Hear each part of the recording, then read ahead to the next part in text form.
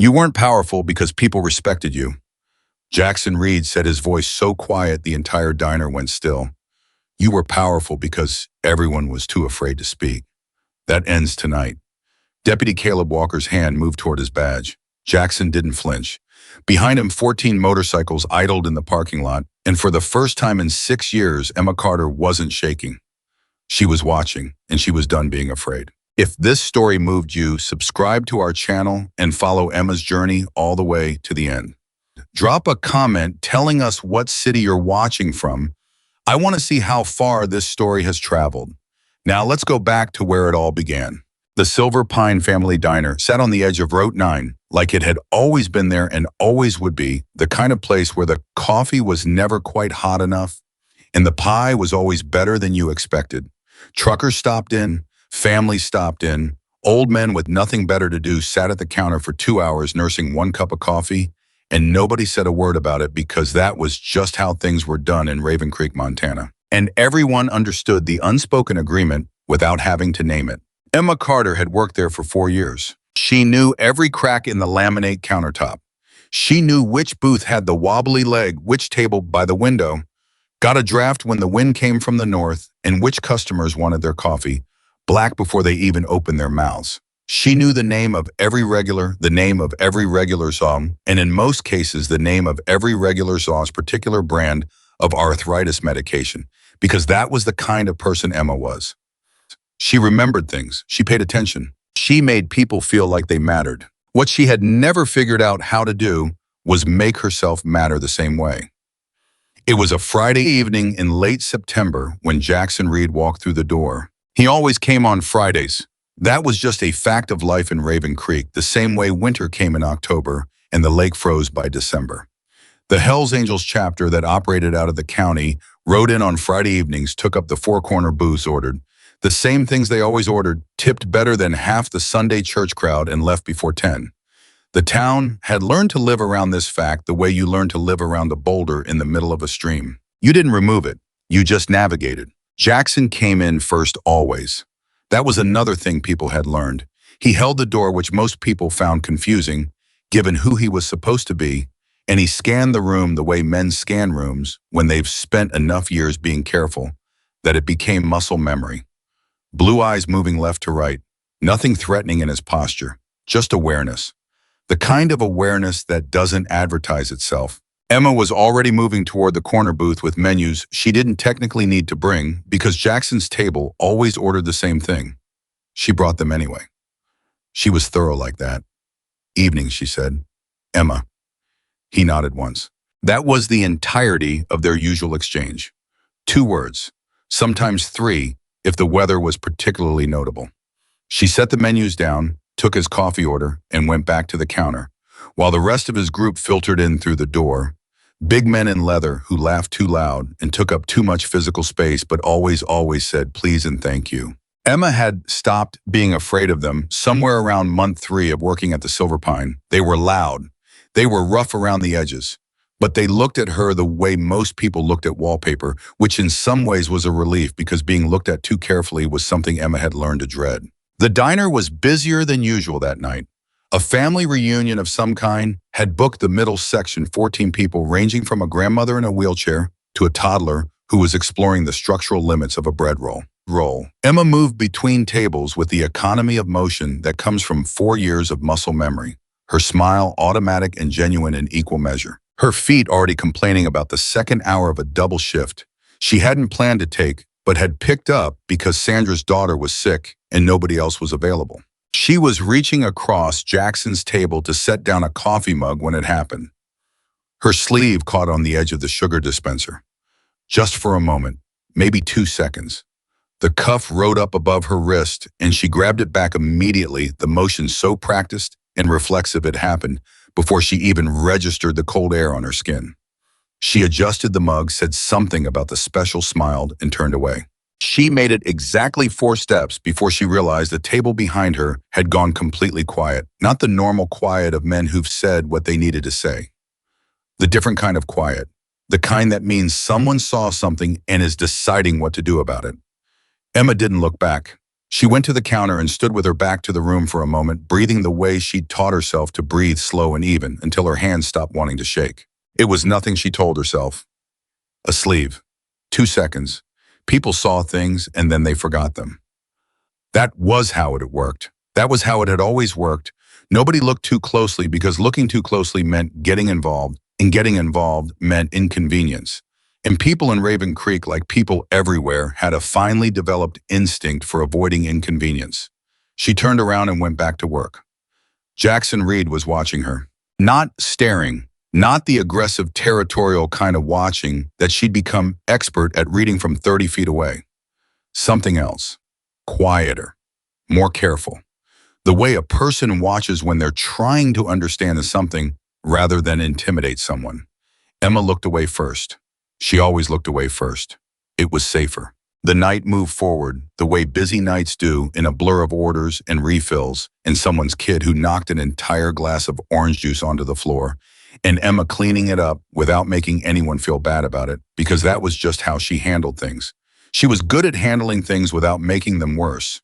She had a lot of practice.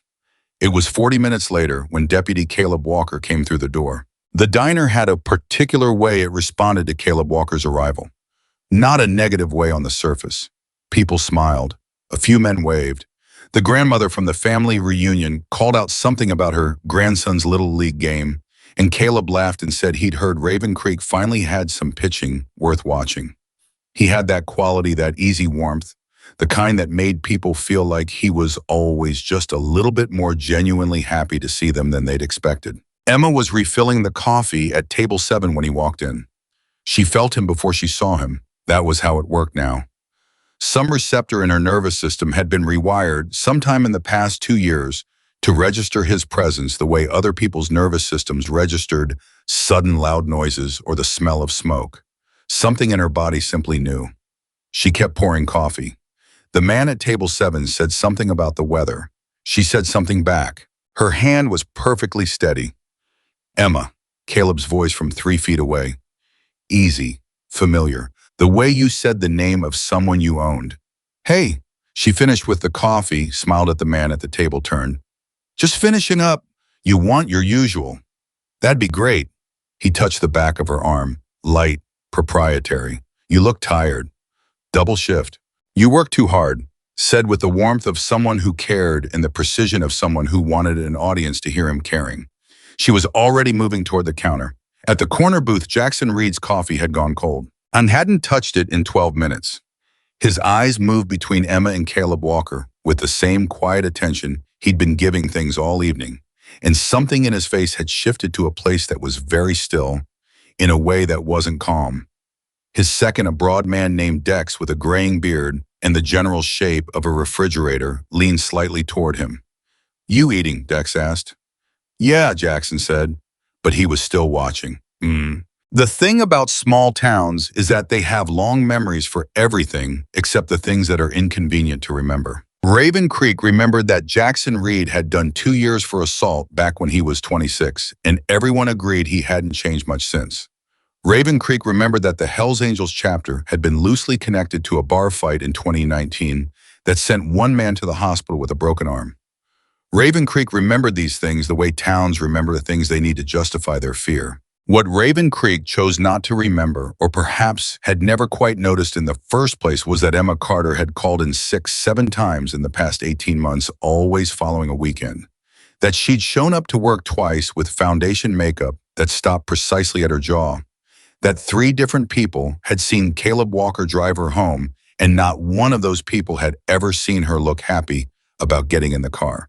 People don't notice what they're not looking for. Donna, the diner's owner, noticed things but was 82 years old and had learned a long time ago that involving yourself in other people's marriages was how you ended up with enemies, and she had enough at her age. Pastor Green had noticed once maybe, but Caleb's father had helped build the new church wing, and that complicated things in ways the pastor found difficult to articulate. The Martinson sisters, who lived across from Emma's apartment building, had definitely noticed something, but agreed that if Emma wanted help, she would ask for it, and you couldn't just interfere in other people's lives. This was the consensus. Interference was inappropriate. Emma Carter managed the coffee refills and the side orders in the table by the window. that needed new napkins, and she did it all with the smile that everyone in Raven Creek had come to see as simply the natural expression of her face, her default setting as fundamental to her as her blonde hair or her habit of remembering birthdays. Nobody looked for what was underneath it, except Jackson Reed, who was currently sitting at a corner booth watching a deputy sheriff touch the back of a woman's arm and waiting to understand what he'd seen on the inside of her wrist. Jackson finished his meal without saying anything extraordinary. He paid in cash the way he always did, left a tip that was more than 20% the way he always did, and stood to leave around 9:15 the way he always did. He stopped at the counter. Emma was there restacking the dessert menus that didn't need restacking, keeping herself busy in the particular way of someone who needs to be doing something with their hands. "Slice of apple pie," Jackson said. "To go." Emma reached for the pie case. "Sure. You're good at this," he said. She glanced up. The job. A pause. The whole thing. She didn't know what to do with that, so she boxed up the pie and told him to have a good night. He took the box and looked at her directly for a moment, not the way men sometimes looked at her, that made her want to step back, just directly, like he was saying something, without the architecture of words around it. Then he nodded and walked out. Through the window, she could see him moving toward the bikes where his group had gathered. She saw him stop and say something to Dex. She couldn't read lips, but she saw Dex look briefly toward the diner window and then look back at Jackson and nod once. She didn't think anything of it. There was too much else to think about. Caleb was in a good mood that night, which was sometimes better and sometimes worse than when he wasn't. Good moods with Caleb had a quality to them that she'd spent 2 years learning to read, the way you learn to read weather patterns in a place with unpredictable storms. Sometimes good moods were exactly what they appeared to be, and the evening passed quietly and she slept without keeping one part of herself alert. Other times, the good mood was a kind of pressure, something building underneath that had nowhere to go except eventually toward her. "Town's talking about the Henderson kid making varsity," Caleb said, pulling off his jacket. "I heard that." Emma moved into the kitchen. "You hungry? I ate at the station." He was in the living room. She could track him by sound, the particular weight of his footsteps, the exact way the couch cushions responded to his weight. She'd learned all of it. "Come sit down." She sat. He talked about the Henderson kid for a while, then about the new county budget proposal, then about something his sergeant had said that had bothered him. She listened the way she'd learned to listen, attentively enough to respond, but with enough of herself held somewhere else that the words didn't land quite as heavily. "You were talking to Reed tonight," Caleb said. It wasn't a question. Emma kept her voice level. "He ordered pie." "Uh-huh." A pause that had weight in it. "You like talking to him." "I talk to everyone. It's my job." "Your job." Caleb said it quietly, like he was testing the flavor of the word. "Right." She knew better than to respond to that. Responding to that particular tone was like responding to a match strike by leaning in to see what the flame would do. "He tips well," she offered instead, because practical reasons were always safer than emotional ones. "Good for the diner. I'm sure Donna appreciates it." Caleb's voice had gone neutral, which was not the same as calm. "I just wonder sometimes what a man like that has to say that takes—" He paused. "How long were you at his table?" 2 minutes, maybe 3. Seemed longer. "I had other tables." "I know you did." He was looking at her now. "I'm just making conversation, Em. Relax." She relaxed on command the way she'd learned to, the muscles in her shoulders dropping, the angle of her chin coming down slightly. She'd become an expert in the physical grammar of submission, and it had taken her an embarrassingly long time to recognize that she'd been learning it at all. "I'm fine," she said. "I know you are." He reached over and touched her hand. "I worry about you, that's all. The people who come in there. You never know." "I've been working there 4 years." "I know." His thumb moved across her knuckles. "I just think about you. Is that so terrible?" "No," Emma said. "It wasn't terrible. It was just a slow erasure performed with such care that by the time you noticed you couldn't find the place it had started." The next morning, Emma worked the early shift. She was unlocking the back door of the Silver Pine at 6:15 when she found the coffee cup. Not an unusual thing to find behind a diner, except this one was clearly one of their own cups, clean, placed deliberately on the corner of the step railing where she would see it, but someone walking past wouldn't particularly notice. Under the cup was a paper napkin. On the napkin, in handwriting that was blunt and careful in the way of someone who doesn't write much but was taking their time, "You don't have to explain anything, but if you ever need someone to call, we can talk." And a phone number. Emma stood there for a long time. The early morning cold came in off the mountains, and the parking lot was empty, and the only sound was a truck passing on Route 9 200 yards away.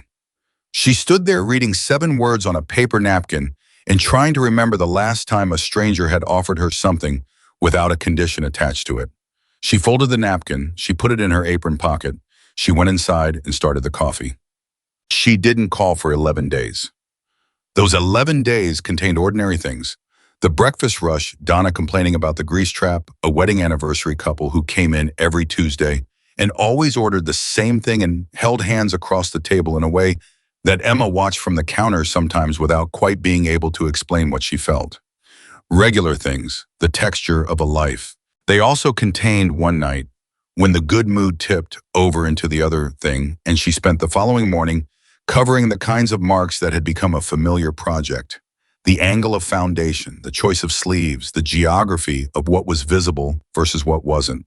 She told herself she was fine. She told herself this was complicated in ways that other people didn't understand. She told herself Caleb wasn't a bad person, just struggling, and that she had contributed to the tension. Somehow she must have, because the alternative was accepting that she was simply being hurt by someone who had decided she was available to be hurt, and that understanding was too large and too cold to hold all at once. But she kept the napkin. On the 11th day, she was sitting in her car in the diner parking lot before her shift started, the engine running for the heat, watching the mountains go from black to gray to the particular shade of early pink that happened for exactly 4 minutes every clear morning. And she thought very clearly, I am so tired. Not physically tired, the other tired. The kind that lives in the bones. She took out her phone, she dialed the number. It rang twice. Yeah, Jackson Reed's voice. Alert, not groggy even at 6:43 in the morning. "It's Emma," she said, from the diner. A pause, not an empty pause, a listening one. "I know who it is. I don't," she stopped, started again. "I don't know why I'm calling." "That's fine," he said. "You don't have to know why." She sat in the car with the engine running and the mountains turning slowly pink and didn't say anything for a moment. "How long?" he asked. His voice was level, not pressing, just asking. "I don't know what you mean." "Yes, you do." She closed her eyes. 2 years, a little over. Jackson didn't say anything immediately. She heard him breathe, heard something in the background that sounded like a door, then quiet. "Are you safe right now?" he asked. "I'm in my car." "Are you safe?" "Yes." She opened her eyes. The mountains were fully pink now, almost. "He's at work. I'm safe." "Okay," a pause. "I want to tell you something and I need you to actually hear it, not just agree with it." "Okay." "You didn't do anything to deserve this," Jackson said. "Whatever he's told you, whatever you've told yourself, none of it is true. You didn't cause it and you can't fix it, and that is not a personal failure." Emma pressed her lips together hard. "You hearing me?" he asked. "Yes," she said. Her voice came out smaller than she intended. "Okay." He let that sit for a moment. "You don't have to do anything today. You don't have to make any decisions. I just want you to know that when you're ready, you have options, and you won't have to navigate them alone." She didn't trust easily. She never had, and 2 years with Caleb Walker had reduced what little trust she'd started with down to something barely functional. But she was so tired. "I have to go to work," she said. "I know," he said. "Emma." "Yeah." "Keep the phone charged." She sat in the parking lot for another 3 minutes after she hung up. Then she went inside and started her shift and smiled at the truckers and remembered the coffee orders and did all the things she was good at. But something had shifted. Somewhere underneath the carefully maintained surface of Emma Carter's daily life, something that had been locked for a very long time had heard a key turn in the dark. It hadn't opened yet, but it had heard the key. And it had started very quietly to listen. The call lasted 4 minutes and 30 seconds. Emma knew because she watched the timer on her phone screen the whole time, the way you watch a thing you're not sure is real, because if you look away, it might disappear. 4 minutes and 30 seconds of Jackson Reed's voice being exactly what it was, steady and unadorned, making no promises he hadn't been asked to make, asking nothing in return. She went inside and started her shift. But she was different that morning in ways she couldn't name and didn't try to. She moved through the breakfast rush with the same efficiency she always brought to it. Coffee and eggs in the particular choreography of a short order diner at 7 in the morning, but something had changed in the quality of her attention. She was present in a way she hadn't been in months. Not performing presence, actually present. The tiredness was still there, deep and structural, the kind that doesn't lift after one phone call. But underneath it, something else. The faintest outline of a feeling she'd almost forgotten the shape of. The possibility that things could be different. She didn't know what to do with that yet, so she served the truckers their eggs and refilled Donna's personal coffee mug and told the Martinson sisters that, yes, the peach cobbler was fresh, and yes, it was every bit as good as last week. Jackson, in the meantime, was not sitting still. This was a thing about him that most people in Raven Creek didn't know, because most people in Raven Creek knew Jackson Reed from a distance, which was the distance at which he preferred to be known. From a distance, he looked like exactly what they expected. Leather jacket, motorcycle, the general posture of a man who has stopped explaining himself to people who've already decided what he is. Up close, he was something more inconvenient to categorize. He'd spent 17 years building a chapter that ran by a code the club's national reputation didn't always reflect. His men worked. They had families. 3 of them coached youth hockey. Dex, who looked like he could bend a car door with his bare hands, taught an adult literacy class on Wednesday evenings at the county library and told exactly no one about it because he said the second you made virtue into a performance, you'd already corrupted it. Jackson had agreed with that the first time Dex said it and had agreed every time since. What Jackson also had after 17 years of operating in the county's margins was information. Not the kind of information that law enforcement collected, organized, and stored in databases.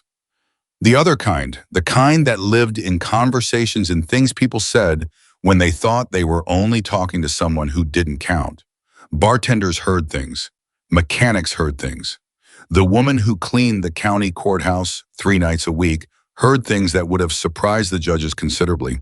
Jackson had spent 17 years building relationships with people who heard things not as informants, just as people who had been treated with basic dignity and remembered it. The morning after Emma's call, he sat in the back room of the garage his chapter operated out of on the edge of town and made phone calls.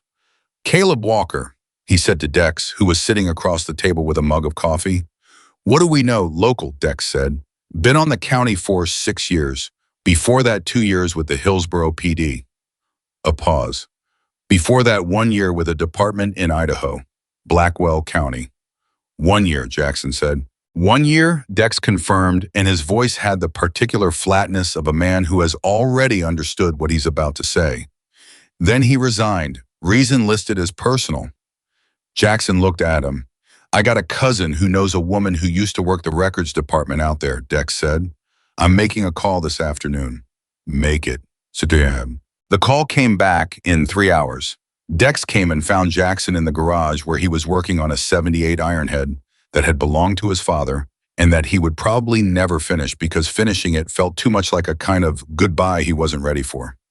Dex sat on an overturned milk crate and said what he had to say without preamble, because that was how they talked. "There was a woman in Blackwell County," Dex said. "Her name was Monica Reyes. She filed a complaint against Walker 14 months before he resigned. Said he'd assaulted her over a period of about 8 months. Said she had documentation." Jackson set down the wrench he was holding. "The department investigated internally," Dex continued. "Found insufficient evidence. Monica withdrew the complaint 3 weeks later. A month after that, Walker resigned. A month after that, Monica Reyes moved to Oregon and hasn't been publicly traceable since." The garage was very quiet. "There was also a woman in Hillsborough," Dex said. "No formal complaint, but his supervisor there wrote an internal memo about a domestic incident call where Walker was identified as the respondent, not the officer. The memo was filed. Nothing came of it. He resigned 8 months later." Jackson picked up the wrench again, put it down again. "So he's done this before." "At least twice that left any kind of mark," Dex said. "Could be more. He knew how to move before it caught him." "Yeah." Jackson stood up. "We need to find Monica Reyes." Dex nodded slowly. "That's going to take some doing." "I know." Jackson looked at the half-finished motorcycle that had been half-finished for 6 years. Start doing it. Well, Emma told herself she was simply going to be more careful. That was the decision she made in the rational daylight hours. Not to leave. Not yet, not now, because leaving was a logistical and emotional undertaking she did not feel equipped for, and because the last time she tried to talk about leaving to her friend Cassie, who was the closest thing she had to a confidant. Cassie had looked at her with a kind of helpless sympathy and said she was sure things would get better and that Caleb obviously loved her and that relationships were complicated, and Emma had understood in that moment that even the people who cared about her most had found a way to file what was happening to her under a category that didn't require them to act. So she told herself careful, just more careful. She would not give Caleb reasons. She would manage things better. She would be more attentive to his moods and more precise about navigating them. And she would not let her guard down the way she had been letting it down lately because she had been distracted, and distraction was dangerous. She knew on some level she couldn't entirely suppress that this was the logic of a person who had been taught to accept responsibility for someone else's violence. She knew it the way you know something you refuse to look at directly because looking directly means dealing with it. But she kept the phone. She plugged it into the charger under the bathroom sink where Caleb never looked, and she kept it charged, and she told herself that was not a decision, just a precaution. Caleb was in a good phase that week. Good phases with Caleb had their own specific texture. He brought her coffee in the morning. He texted her during his shift to ask about her day. Real questions, specific questions, the ones that made her remember why she'd believed in him once. He told her about a call involving a lost dog that turned out to have walked 40 miles back to its previous owner's house after a family moved, and he told it the way he used to tell stories when they were first together, with warmth and a kind of self-deprecating humor that had once seemed like the whole of his personality. She laughed at the dog story. She hated that she laughed, not because it wasn't funny it was, but because laughing felt like a betrayal of the version of herself that had made a phone call 6 days ago at 6:43 in the morning. That version felt further away in the good phase, less solid, like something she'd constructed out of an extreme moment rather than something real. That was the design of the good phase, though she didn't fully have words for it yet. It was engineered to create doubt, to make the other things seem like an aberration, a weather event rather than a pattern, to make Emma feel like the one with the distorted perception. The good phase lasted 9 days. On the 10th day, Caleb came home and found her on the phone. She was talking to her mother in Arizona, a 12-minute conversation about nothing in particular, her mother's rose garden, and whether Emma was getting enough sleep in the minor operations of a normal long-distance relationship between a mother and adult daughter. When she heard Caleb's key in the lock, she felt the familiar recalibration her nervous system performed automatically. Now the alert, the assessment, the preparation. She was off the phone by the time he came in. "Who was that?" he said. "My mom." Long call. "Not really, maybe 10 minutes. He was quiet for a moment, taking off his jacket, and she watched the quality of his silence, the way you watch the sky before a storm. "You talk to her a lot lately." "Not a lot," Emma said. Once a week, maybe." "What do you talk about?" "Her garden. Normal things." "She asked about me." Emma kept her voice easy. "Sometimes." "What do you tell her? That you're fine, that we're fine?" Caleb hung up his jacket and turned around. His face was neutral in the particular way that came before something that wasn't neutral. "I feel like lately I don't know what you're telling people." "I'm not telling people anything," Emma said. "There's nothing to tell." "You seem different." "I'm tired. I've been doing doubles." "It's not the tired." He moved into the kitchen and she tracked him without appearing to track him, knowing exactly where he was relative to the exits, the way she'd learned to always know. "It's something else. You're somewhere else, even when you're standing right in front of me." "I'm right here," she said. "Are you?" He stopped, looked at her, and for a moment his face did something complicated, something that looked almost like genuine pain. And Emma hated that the most, those glimpses of something real in him, because they made the rest of it harder to hold on to. "Because sometimes I feel like I'm losing you to something I can't see." She should have said something reassuring, should have moved toward him and done the things she'd learned to do in these moments to redirect the trajectory. Instead, she heard herself say very quietly, "I'm right here, Caleb." Not the reassurance, just the fact. He heard the difference. She saw it land. I need to start dinner, she said, moving past him. He let her. But the way he let her, the particular permission of it, the sense that he was choosing to allow her to pass sat in her chest for the rest of the evening, like a stone. Jackson found out that Caleb Walker had in the past 2 months begun quietly running background checks on members of the Hells Angels chapter. This came from a friend who worked in the county record system and noticed the unusual pattern of requests, not criminal, not illegal for a law enforcement officer to run checks on local persons of interest, but pointed, systematic, the kind of research you do when you're building a case against someone or trying to find leverage. Jackson sat with this information for about 30 seconds before the shape of it became clear. Walker knew something had shifted. Maybe not the phone call, maybe not the napkin, but something, some change in Emma's posture or attention, that he'd read the way men like him read women they've spent years controlling. And now he was doing what men like him did when they felt control slipping. He was looking for a weapon. He's trying to build something he can use against you, Jackson told Dex. Against the chapter, something he can use to explain whatever he's planning in terms that make us the threat. Dex's jaw tightened. Smart. Predictable, Jackson said. The same playbook, different stage. When he can't control the situation, he controls the narrative. So what do? Jackson thought for a moment. We give him nothing to find, and we move faster. He paused. How are we on Monica Reyes? Dex reached into his jacket and produced a folded piece of paper. She's in Portland. I have a number. Jackson looked at the paper, looked up. You call her? No. Dex said it carefully. I thought that should come from you. Or, he stopped. Or Emma, Jackson said. Yeah. Jackson put the paper in his jacket. Not yet. Emma's not ready for that yet.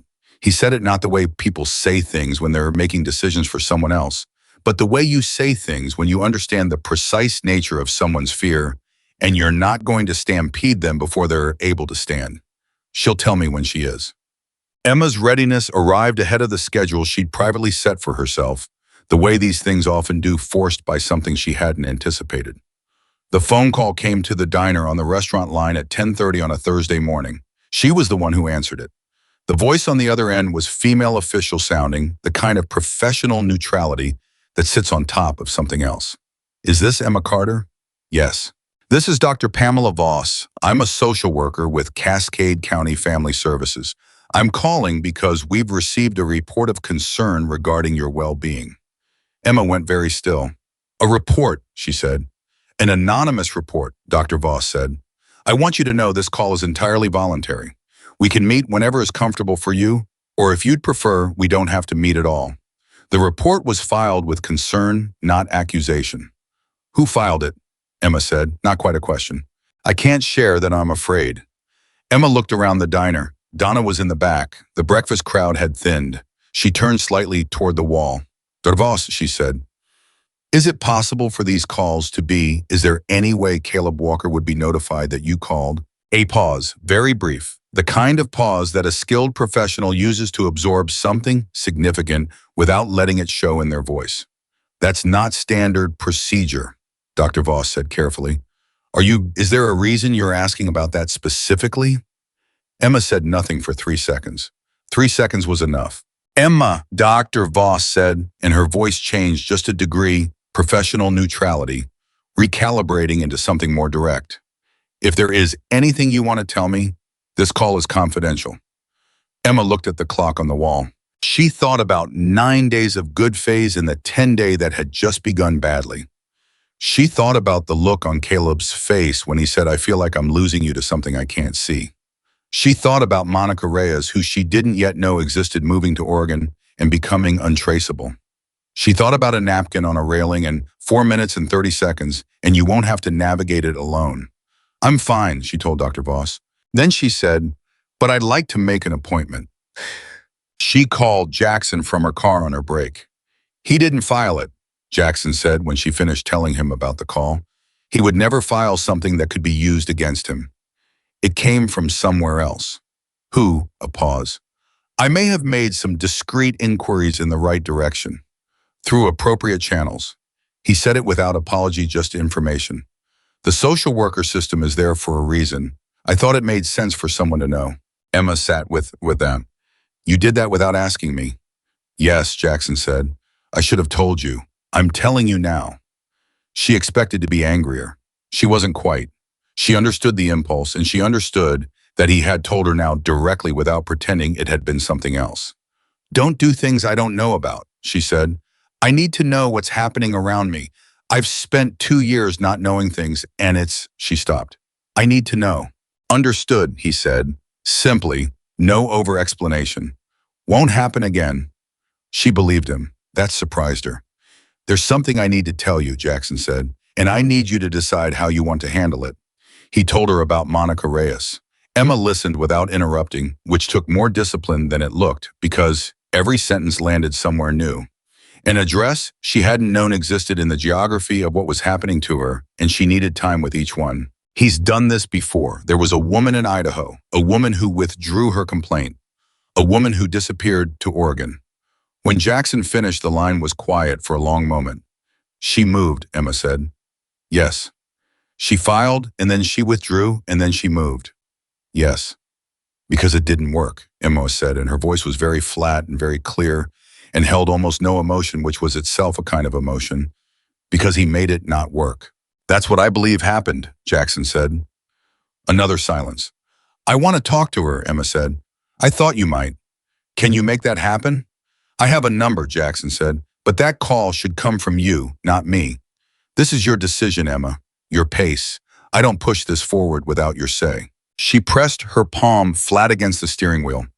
Outside Route 9 went about its business trucks and pickups, and a minivan and with a family inside who had no idea that in a car in a diner parking lot, a woman was assembling the architecture of a decision that had been 3 years in the building. Give me the number, she said. Monica Reyes picked up on the second ring. She had the voice of someone who has already processed the worst of something and is living in what comes after, steady but calibrated, aware that unexpected calls can mean unexpected things. Who is this? She said immediately. My name is Emma, Emma said. Emma Carter. I live in Raven Creek, Montana. She stopped. Then more quietly, I'm with Caleb Walker. The silence on the line lasted 4 full seconds. Oh God, Monica Reyes said. And then she started talking. She talked for 41 minutes. Emma didn't say much. She didn't need to. Monica talked the way people talk when they've been holding something for years that they'd started to believe would never find a listener, the whole shape of it. The way it began subtle and almost flattering the attention, the particular way he made you feel like the most important person in the room. The way it shifted, slowly, gradually, the pressure, the isolation, the management of her perception until she was looking at her own life through a lens he'd constructed and calling it her own eyesight. The complaint she'd filed, the way it had gone, the witnesses who couldn't quite remember things clearly, the way her own credibility had been quietly dismantled in the weeks before the investigation closed, the way Caleb had the whole time maintained his professional warmth, his public reputation, his careful and sympathetic story about a girlfriend who was struggling and who he was trying to help. Everyone believed him, Monica said. Even people who knew me, even people who had seen things. She paused. Because he was a cop. Because he's very good at it, Emma. At being the person everyone wants him to be. I know, Emma said. And Monica stopped. He reads people. When he knew I was thinking about leaving before I'd said a word, he knew. And things changed. Fast. What happened? I withdrew the complaint, Monica said. Not because I wanted to, because I understood that if I stayed and fought it, I was going to lose. And losing to Caleb Walker she didn't finish that sentence. I left instead. I know it might not it looks like survival, Emma said. Monica was quiet for a moment. It looks exactly like survival, Emma said again. Monica's voice was careful now. Are you safe? Right now, yes. Do you have people? Emma thought about Jackson Reed handing her a number on a napkin. She thought about Dex, who she barely knew, who she'd seen laugh at one of the family reunion kids who'd shown him a crayon drawing of a motorcycle. She thought about a chapter of men who had their own complicated histories and were somehow showing up anyway.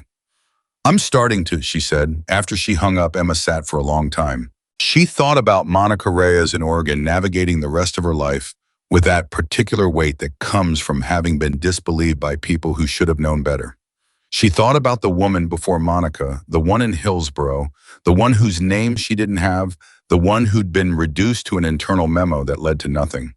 She thought about how many times this particular road had been traveled and how it always ended the same way, with the woman erased and the man moving on to the next county. She thought about the social worker's voice on the phone. She thought about what Dr. Voss had said after Emma agreed to make an appointment. She'd said in the same careful professional tone, "I want you to know that whatever you tell me or don't tell me, your safety is the first priority. Nothing we discuss obligates you to take any action before you're ready." Before you're ready, everyone was giving her the choice. The social worker, Jackson, even Monica, in her way, all of them placing the shape of a decision in front of her and stepping back. No pressure, no demand, just the persistent, patient presence of people who had decided that she mattered and were willing to wait for her to decide the same. She looked at her phone. She opened her contacts and looked at Jackson's number.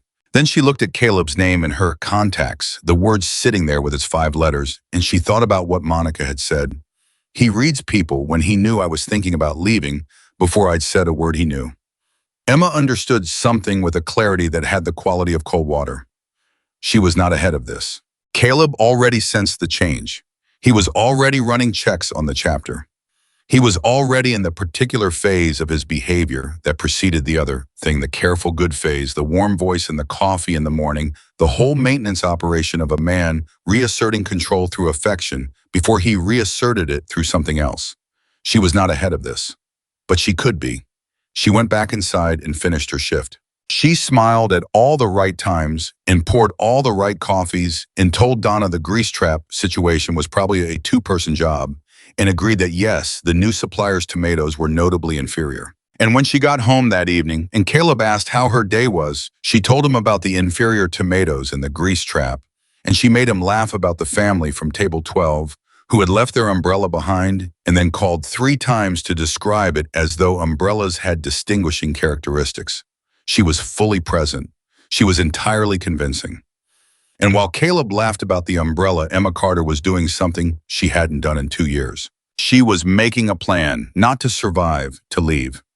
The difference between those two things was something she'd only just learned, had a name, and she was done living in the space where they'd been collapsed into each other. She was choosing finally and without apology to believe she deserved a life that was more than the management of someone else's danger. The umbrella story was funny, and Caleb's laugh was the real one, the one she'd fallen for once, and she'd let herself hear it without letting it move her. Something had locked into place, and it wasn't going to unlock again. The plan took shape the way real plans do, not all at once, not in a single moment of clarity, but in pieces assembled carefully over days, each piece tested against the reality of living with a man who had spent 2 years learning exactly how to read her. Emma was meticulous. She had to be.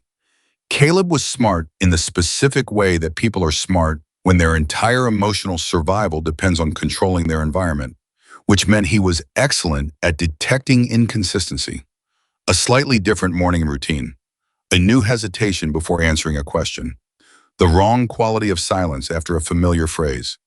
He read her the way a tracker reads ground, not because he was consciously cataloging data, but because he'd trained himself to notice deviations from baseline without knowing that's what he was doing. So Emma didn't deviate from baseline. She was exactly who she'd always been on the surface, warm and tired and making the best of things, laughing at the right moments, disagreeing mildly about small things. So the agreement about large things didn't look staged. She was so thoroughly herself, so completely the Emma that Caleb had constructed and come to depend on that he had no idea the woman inside that performance had already said goodbye to the life he thought he was managing. She met with Dr. Voss on a Tuesday on her lunch break at an office 3 towns over that she drove to with a cover story about a dentist appointment she'd mentioned casually the week before, so it would be in Caleb's mental record as a scheduled event rather than an anomaly. Our Dr. Voss was a small woman in her 50s with reading glasses. She kept pushing up her nose in the particular quality of attention that comes from decades of listening to things that are hard to say. She didn't have a yellow legal pad. She had a plain notebook, and she wrote in it rarely, mostly just listening. Emma told her the shape of it. Not all of it, not yet, but enough. The timeline, the pattern, the geography of how it worked, the good phases and the other thing, and The way her own perception had been so thoroughly managed that she'd spent the better part of a year genuinely uncertain whether she was the problem. Dr. Voss listened to all of it without her expression changing in ways that would have felt like judgment. When Emma finished, she was quiet for a moment. Emma, she said, what you've described is a documented pattern of coercive control. What you've experienced is abuse. I want to say that to you plainly because I think you've been in an environment where plain things get blurred. Emma nodded. Do you believe that? Dr. Voss asked. Emma thought about it honestly. I believe it more than I did 3 weeks ago, she said. I'm not sure I believe it all the way yet. That's honest, Dr. Voss said. That's enough for right now. She pushed her glasses up. I want to talk about safety planning, not because I'm pushing you toward any particular decision, but because you should understand what your options look like before you need them urgently. They talked for the rest of the lunch hour. Emma drove back to Raven Creek and worked the dinner shift and came home and told Caleb the dentist had found a hairline crack in a molar that probably didn't need anything yet, but they'd watch it, which was the kind of detail that made a lie structurally sound. Caleb said he hated dentists. She said she did too. They watched television and she went to bed and lay in the dark, listening to him breathe, and understood that she was living in two realities, simultaneously the surface one and the actual one, and that she needed to stay in the surface one long enough to make the actual one survivable. Jackson's investigation was developing faster than he'd expected, which made him more careful, not less. Fast progress in situations like this one meant one of two things. Either the evidence was genuinely there and the pieces were connecting in ways that would hold up, or someone was getting sloppy because they felt pressure, and sloppy evidence was worse than no evidence at all. He'd seen enough situations go wrong because someone moved too fast to know that velocity was not the same as progress. He'd made contact with a retired state investigator named Lou Garrett, who did private work now and had spent 12 years before retirement building domestic violence cases against law enforcement respondents. This was a specific and unpleasant specialty because law enforcement respondents understood the system from the inside and knew exactly which seams to exploit, which witnesses to discredit, which procedural requirements to hide behind.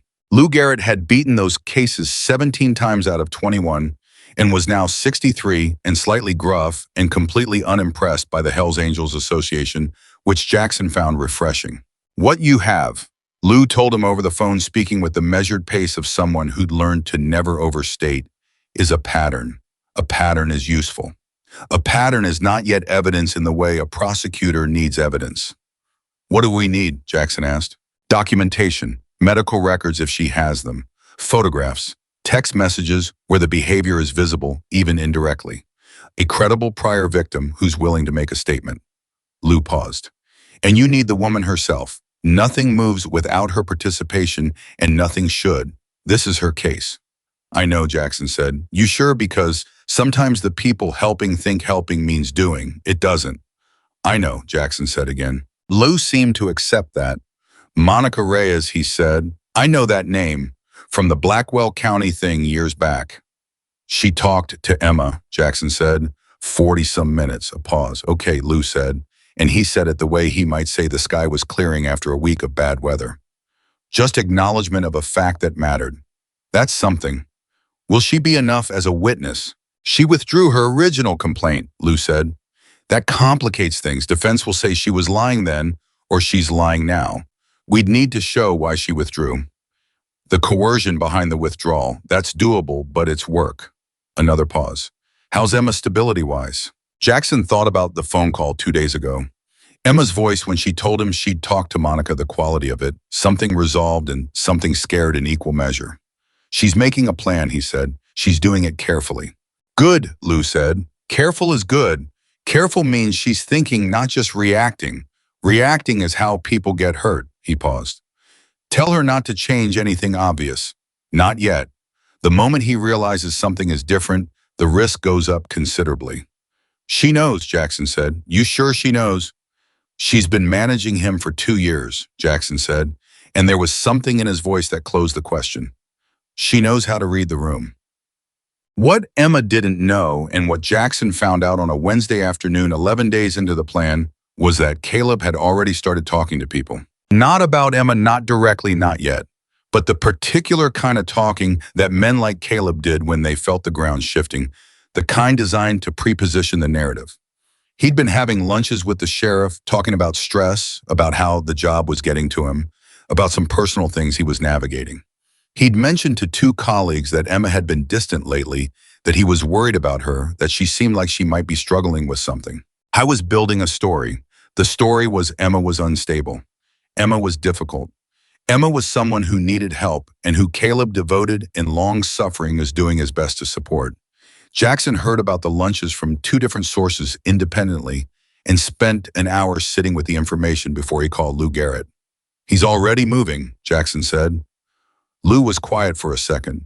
"How far has he gotten?" "Far enough to be concerning. He's doing the pre-narrative, positioning himself as the worried partner."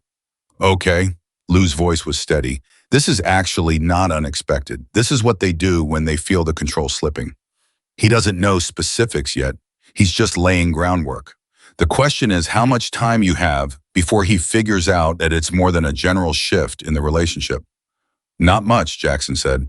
"Then we need to move Emma's timeline forward," Lou said. "Carefully, but forward. I'll talk to her." "Jackson." Lou stopped him. "When you talk to her, let her set the pace. Tell her what you've told me, give her the information, and then stop talking. Let her decide. You push this woman in any direction right now, and you're doing the same thing he does, just with different intentions, and the effect on her is the same." Jackson sat with that for a moment. "I hear you," he said. "Welcome." He told Emma that evening, not in person, over the phone, the one he'd given her, the one charged under the bathroom sink. She called him at 8 from the bathroom while Caleb watched the game in the other room. Jackson told her about the lunches, about the narrative Caleb was building. He told her straight the way he'd told her everything, without softening it in ways that would have been condescending and without amplifying it in ways that would have been fear tactics, just the information. Emma was quiet while he talked. When he finished, there was a pause. "He's done this before," she said. "Not just Monica. He did this before. He escalated with me too." The worried partner story. "I remember now. He was telling people I was struggling maybe 3 weeks before things got..." She stopped. "Before it got worse the first time." "Yes," Jackson said. "So he's telling me something," Emma said, and her voice was very still. "Without knowing he's telling me." "What is he telling you?" "That he's getting ready," Emma said. "That this is what it looks like before he decides I need to be managed more directly." She breathed. "I have maybe 2 weeks." "That's my read too," Jackson said. And then he stopped talking. The silence lasted almost 30 seconds. "I need to get my documents," Emma said. "My social security card, my birth certificate, my bank account information. He has access to the joint account. I need my personal one separated before..." "There's a checklist," Jackson said. Lou Garrett put it together. 63 items. It covers everything from financial separation to a go bag to notification protocol for people who need to know where you are. "Send it to this phone." "Already did." A pause. "When did you send it?" "Yesterday," Jackson said. "I was waiting for you to tell me you were ready for it." Another silence different from the first. "You keep doing that," she said. "Doing what?" "Staying ahead of me without being ahead of me." Jackson thought about how to respond to that. "I have more experience with the logistics than you do," he said finally. "You have more experience with him than I do. We're both using what we know." Emma exhaled slowly. "Okay," she said. "Walk me through the checklist." They talked for 22 minutes. In the living room, the game played on. The checklist was 63 items, and Emma moved through it with the focused precision of someone who has always been good at practical tasks and who has just discovered that practical tasks can save your life. Documents first. Her birth certificate and social security card were in a fireproof box in the closet, technically a joint space, but Caleb never touched it. She photographed them with the emergency phone and sent the images to an email address Jackson had set up for her. Her passport was in her own purse and stayed there. Her personal bank account, the one she'd had before Caleb, had a balance of $312, and she began adding to it small amounts. The kind that didn't look like accumulation, the kind that looked like spending. She moved her prescription medications into the bottom of her work bag. She kept a set of clothes she might need in a locker at the diner, which she told Donna she was using for a spare uniform, which was true and not the whole truth. She memorized 3 phone numbers in case she lost the phone. She told her mother on a Tuesday call from the diner parking lot during break, not everything but enough. Enough that her mother's voice did something complicated and then steadied and said, "Tell me what you need me to do," and Emma told her, and her mother said, "I'll be ready." That call cost Emma more than she'd expected, not because her mother reacted badly, because she reacted exactly right, and Emma understood in that moment how thoroughly she had managed her mother's access to the truth protecting her, or protecting herself from having to say the words out loud, and how alone that choice had kept her. "I should have told you sooner," Emma said. "You're telling me now," her mother said. "That's what matters." Emma cried in the car for 4 minutes. Then she fixed her face and went back inside. The first fracture in the surface appeared on a Sunday. Caleb came home in the middle of the afternoon, which was unusual enough on its own.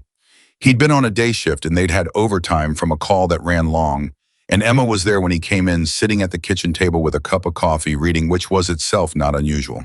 But the book she was reading was one she'd bought 6 months ago and hadn't touched, and something in the coincidence of him arriving early and her sitting there comfortable and unbothered triggered something in him that she only recognized after the fact. "You look relaxed," he said. "It's Sunday," she said. "Yeah." He stood in the kitchen doorway, not moving, just present. "Since when do you read during the day?" "I've always read during the day. You've always said you never have time." She kept her face level. "I have time today." Caleb moved into the kitchen and got himself a glass of water. He stood at the counter and drank half of it, and she kept reading, or appeared to keep reading, while every single monitoring mechanism her body had developed over 2 years ran at full capacity. "I talked to my buddy Dave today," Caleb said. "Mm-hmm. He said he saw you coming out of a medical building over in Carver County last week." Emma's eyes moved across the printed words in front of her and registered none of them. "The dentist was in Carver County," she said. "I told you. Dave said it looked like an office building, not a medical complex." "There are offices in medical buildings," Emma said. "Dental offices are in office buildings sometimes." Caleb set his glass down. "What's the dentist's name?" She looked up from the book, met his eyes. "Dr. Whitfield." She'd prepared this. She'd prepared all of it. "He's been my dentist since before I moved here." "Why, Caleb looked at her for a long moment. This was the moment, the one she'd been training for without knowing it was training, the moment where the look on her face would tell him either that she was hiding something or that she wasn't. And the difference between those two things was exactly the look. Nothing else, because the story was already there, and everything about her body language was exactly right, because she'd been running her real life inside this performed one for 2 weeks now, and the seams had been performed one for 2 weeks now, and the seams had been tested every day. "No reason," Caleb said. He walked into the other room. Emma waited 30 seconds, turned a page of the book, and took a quiet breath. That had been close. Too close. She texted Jackson from the bathroom that night. "One line, he's checking. We need to move faster." The response came back in 4 minutes. "How fast?" She thought about Lou Garrett's timeline. She thought about the lunches Caleb had been having with the sheriff. She thought about Monica Reyes in Oregon, who had waited too long to leave and had paid for the wait in ways she'd only described around the edges. 1 week, Emma typed. Maybe less. Jackson's response, "I'll make some calls. Keep your phone charged." She plugged it in under the sink. What neither of them anticipated was that the timeline would be forced by something Emma hadn't included in her calculations because she hadn't known it existed. Caleb had a friend on the county records staff. This came out later, pieced together from things that happened over the following 48 hours. The friend had access to the same systems Jackson's contact had access to, and apparently Caleb had asked his friend casually, the way you ask when you're trying to seem like you're not asking, to keep an eye on any social services activity connected to an address on Maple Street. Emma's address. Dr. Voss's appointment had generated a file. A confidential file correctly handled, stored in a system that should have been inaccessible to a county sheriff's deputy with no jurisdiction over the matter. Should have been. Emma found out Caleb knew on a Wednesday evening, and she found out the way she found out. Most things had changed, not from something he said, but from something he didn't do. He always kissed her hello when he came in from work. It was one of his rituals, like the coffee in the morning, part of the texture of the managed surface. He came in on Wednesday and walked past her into the kitchen without stopping. And the absence of that small thing was so loud to her nervous system that she felt it physically, a kind of cold dropping through her chest. She kept her voice easy. "How was your shift?" "Fine." He opened the refrigerator, stared into it without taking anything out. "You know what's funny?" he said, still facing the refrigerator. "I was thinking today about how long it's been since we really talked." "We talk every day," she said. "Not really," he said. "Not like we used to." He closed the refrigerator and turned. His face was very calm. "I feel like there are things you're not telling me." "I tell you everything," Emma said. She did not flinch. She did not break the eye contact. She kept her breathing the way Dr. Voss had helped her learn to keep it even and deliberate. "Do you?" Caleb said. "Yes," she said. "Is something wrong?" He looked at her for a long time. Then he said, "I think you should quit the diner." The room was very quiet. "What?" Emma said. "I think you should quit. I think we should take some time together. No distractions." He said the way he said, everything warm, reasonable, with the caring undertone that covered the bones of it. "I feel like we've been drifting. I think we need to reconnect. No diner, no Donna, no reason to be out of the apartment, no contact." Emma understood what was happening. She understood it with a cold, crystalline clarity that had no room in it for fear, or rather had fear in it, but underneath the fear, something harder. Something that had been quietly building since a phone call at 6:43 in the morning in a parking lot with the mountains going pink. "I'd have to give notice," she said. "Donna needs 2 weeks." "I'm sure Donna would understand," Caleb said. "Can I think about it?" Emma said. "It's a big change. I just want to think it through." A pause, that specific pause. "Of course," Caleb said. "Take some time." She went to bed that night and lay next to him in the dark and waited until his breathing reached the deep rhythm of actual sleep, which took 40 minutes, and then she lay there another 20 after that to be sure, and then she slid out of bed with the precision of someone who'd practiced the motion in their head for 3 days and made her way to the bathroom. She texted Jackson, 3 words, "It has to be tomorrow." The response came in 90 seconds. Not a word, just, "I know, I've got you." Emma sat on the bathroom floor with her back against the cabinet and looked at the ceiling and thought about Monica Reyes, who hadn't had anyone to text, who'd done it alone, who'd made the calculation that leaving was worth the cost of everything she'd have to leave behind, and had paid that cost entirely by herself. Emma thought about what she owed Monica Reyes. The thought clarified things considerably. She went back to bed and lay down and did not sleep and listened to Caleb breathe and thought about tomorrow with the focused, forward-leaning attention of a woman who has finished the part of her life where she waited for permission to be safe. Morning came the way Montana mornings come in October, hard light and cold, and the kind of clear sky that looks beautiful and means business. Caleb left for his shift at 7:15. He kissed her goodbye. She kissed him back. She watched his car back out of the driveway and held still until the sound of the engine was completely gone. Then she went to the bathroom and got the phone. Jackson picked up before the second ring. "He's gone," she said. "How long do you have?" "He's on an 8-hour shift. He took his lunch in the bag I packed." She was already moved while she talked, pulling things from drawers, the specific thing and everything. The documents she'd photographed were already elsewhere. Her personal bank card was in her wallet. The go bag was at the diner. "I need 45 minutes. "I'll be outside in 20, Jackson said. "Emma, you're doing the right thing." She didn't answer that, not because she disagreed, but because she didn't have energy to spend on agreeing with something she already knew. She was busy. 14 minutes later, she stood in the apartment one last time. She looked at the place where she'd lived for 2 years and felt something that was not quite sadness and not quite relief, but contained both of them in proportions she couldn't yet measure. She thought about the woman who'd moved into this apartment 2 years ago, hopeful and uncertain, and already in ways she hadn't recognized afraid. She said goodbye to that woman. Then she picked up her purse and walked out the door. Jackson's truck was parked at the end of the street.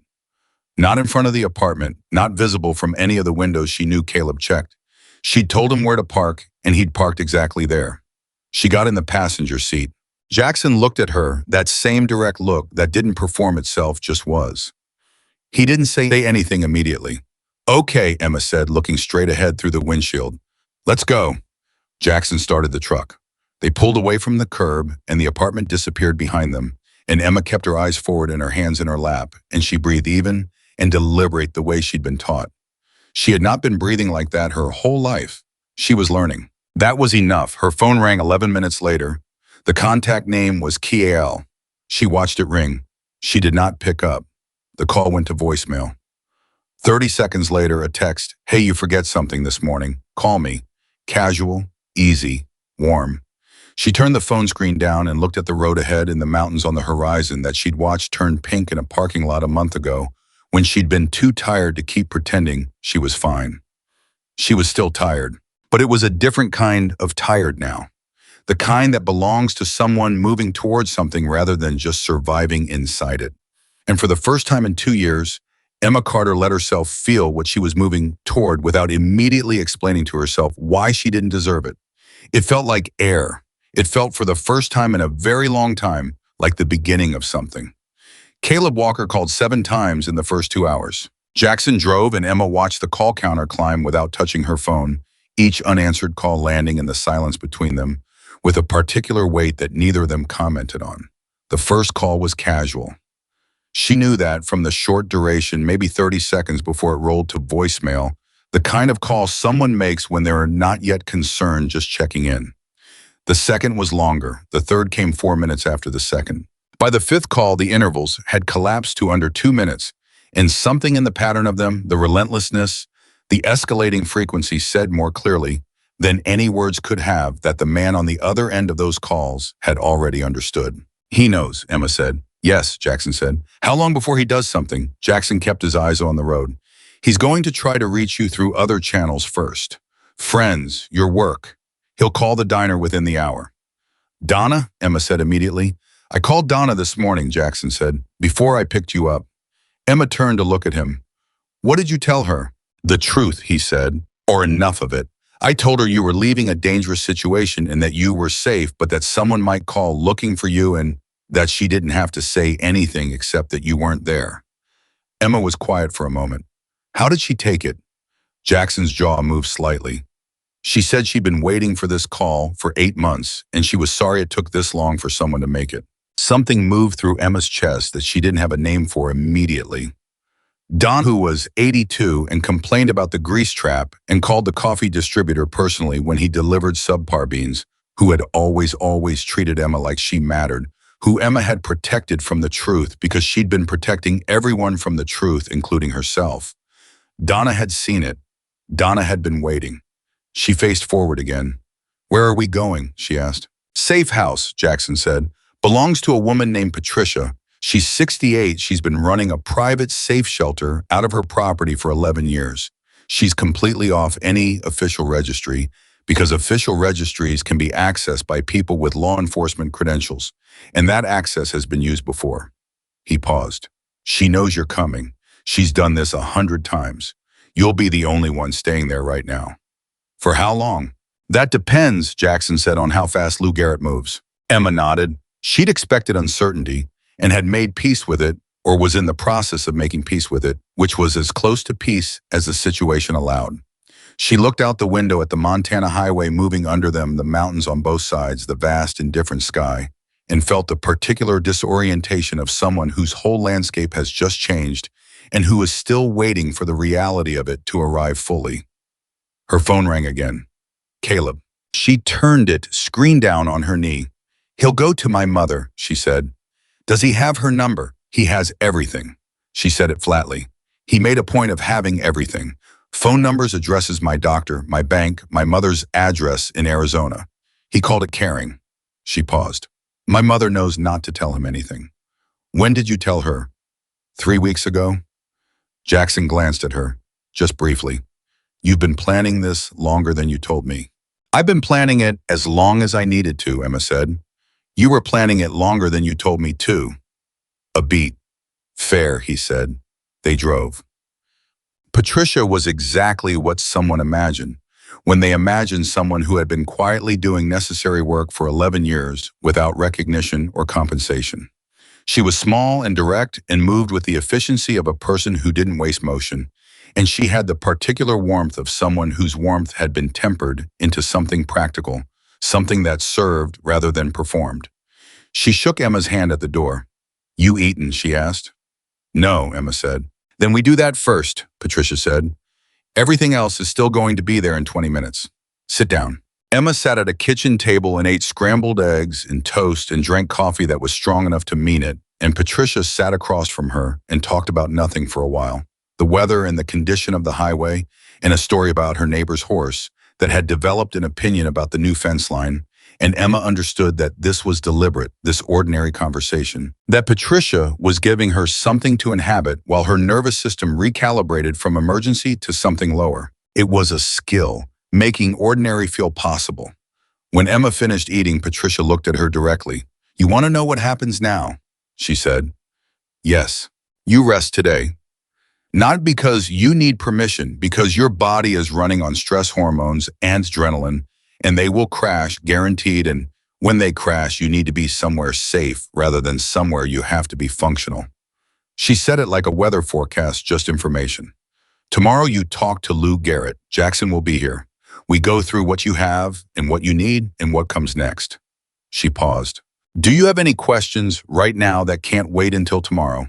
Emma thought about it honestly. Is he going to come looking? Yes, Patricia said without softening it. He will. That's predictable, and we've planned for it. And if he finds this place, he won't, Patricia said. 11 years, he won't. She said it the way someone says something they've earned the right to say. Emma nodded. She went to the room Patricia showed her. She sat on the edge of the bed. And then, without entirely deciding to, she lay down on top of the covers, fully dressed, and closed her eyes and was asleep in 4 minutes, the kind of sleep that arrives when the body finally decides it's been on guard long enough. She slept for 6 hours. Caleb called the diner at 9:47. Donna answered because Donna always answered the diner phone, and she told him Emma wasn't there and that she didn't know where Emma was, which was the truth. And she said it in the voice she used when she'd made up her mind about something, which was a voice that didn't leave room for follow-up.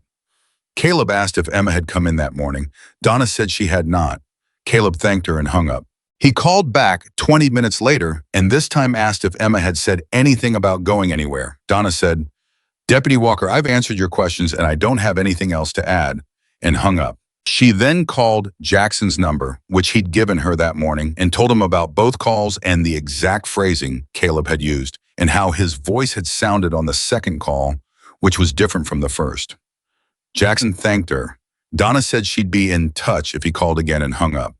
Then she sat down at the counter with her own coffee and said a few words to nobody in particular, in the way of someone who is privately very worried but has decided to be useful instead. Caleb drove to Emma's mother's home. Not called, drove. He was there at 2 in the afternoon, which meant he'd gotten in a car at some point during his shift or after it ended and driven the 400 miles to Arizona without apparently sleeping. And he stood on Ruth Carter's front porch in his street clothes and knocked on the door. Ruth opened the inner door, but not the screen. Caleb, she said. Mrs. Carter. His voice was warm and worried in the particular mixture he was expert at. I'm so sorry to come like this. I'm scared for Emma. She left this morning without a word, and she's not answering her phone, and He stopped, ran a hand through his hair, deployed the look that was somewhere between exhausted and heartbroken. I just need to know she's safe. Ruth looked at him through the screen door. She was 61 and had raised Emma alone after Emma's father left. When Emma was 9 and had learned in the process of doing that to read people with the practical accuracy of someone who can't afford to get it wrong. I haven't heard from her, Ruth said. She hasn't called you, no. Ruth kept her eyes on him. What happened, Caleb? I don't know, he said. That's what I'm trying to understand. We had a normal morning, and then she was just, he shook his head. I'm worried. I think she might be having some kind of episode. She's been under a lot of stress, and I've been concerned about her mental state for a while now. Ruth was quiet for a moment. Her mental state, she said. She's been struggling, Caleb said. I've been trying to get her to see someone, but she's resistant. I think maybe... He stopped again. I think she might need help that I'm not equipped to give her. Ruth looked at him for a long... Caleb held the look. He was very good at holding looks. I'll let her know you're worried, Ruth said, if I hear from her. Mrs. Carter, if you have any idea where... I don't, Ruth said. Drive safe going home, Caleb. She closed the inner door. She stood very still in her hallway and listened to him stand on her porch for a moment. then heard his footsteps move, then heard a car door and an engine. She went to the window and watched his car pull away, and then she picked up her phone. She called Jackson Reed's number, which Emma had given her 3 weeks ago, along with a specific instruction: if Caleb comes to the door, call this number first. Jackson answered immediately. Ruth told him what had happened word by word as precisely as she could remember it. He said, "Mental state," Jackson repeated. "Those were his words," Ruth said. "He's building something." "Yes, ma'am," Jackson said. "He is. Mrs. Carter, you handled that exactly right." "Is my daughter safe?" "Yes, she's sleeping right now. She's safe." Ruth exhaled. "Tell her to call me when she wakes up," she said, "just so I can hear her voice." "I will," Jackson said. Ruth sat down and did not cry, which cost her something, and then she made herself a cup of tea and called her sister in Phoenix, because she needed to talk to someone, and Emma was sleeping, and she needed to talk to someone. Lou Garrett arrived the next morning. He drove a truck that had seen better days and wore a jacket that suggested he didn't spend much of his retirement money on clothing, and he set his briefcase on Patricia's kitchen table with the air of someone who has had versions of this meeting many times and has not gotten casual about it. Emma was there. Jackson was there. Patricia sat at the end of the table and said nothing because she knew when to be present without being in the room. Lou looked at Emma the way he looked at everyone in this situation, directly and without pity, which was something Emma recognized immediately as respect. She was tired of pity. She was tired of the look people gave her that suggested she was fragile. She was scared and she was making a plan, and those were not the same thing as fragile. "Tell me what you have," Lou said. Emma laid it out. She'd been methodical about documentation in the weeks since she'd decided to leave, the same way she'd been methodical about everything once she'd had a framework to be methodical within. She had photographs taken with the emergency phone of bruising on 4 separate occasions. She had screenshots of texts that were individually ambiguous, but collectively showed the control pattern. Clearly, the checking in that was surveillance, the concern that was command, the warmth that turned cold at specific triggering points.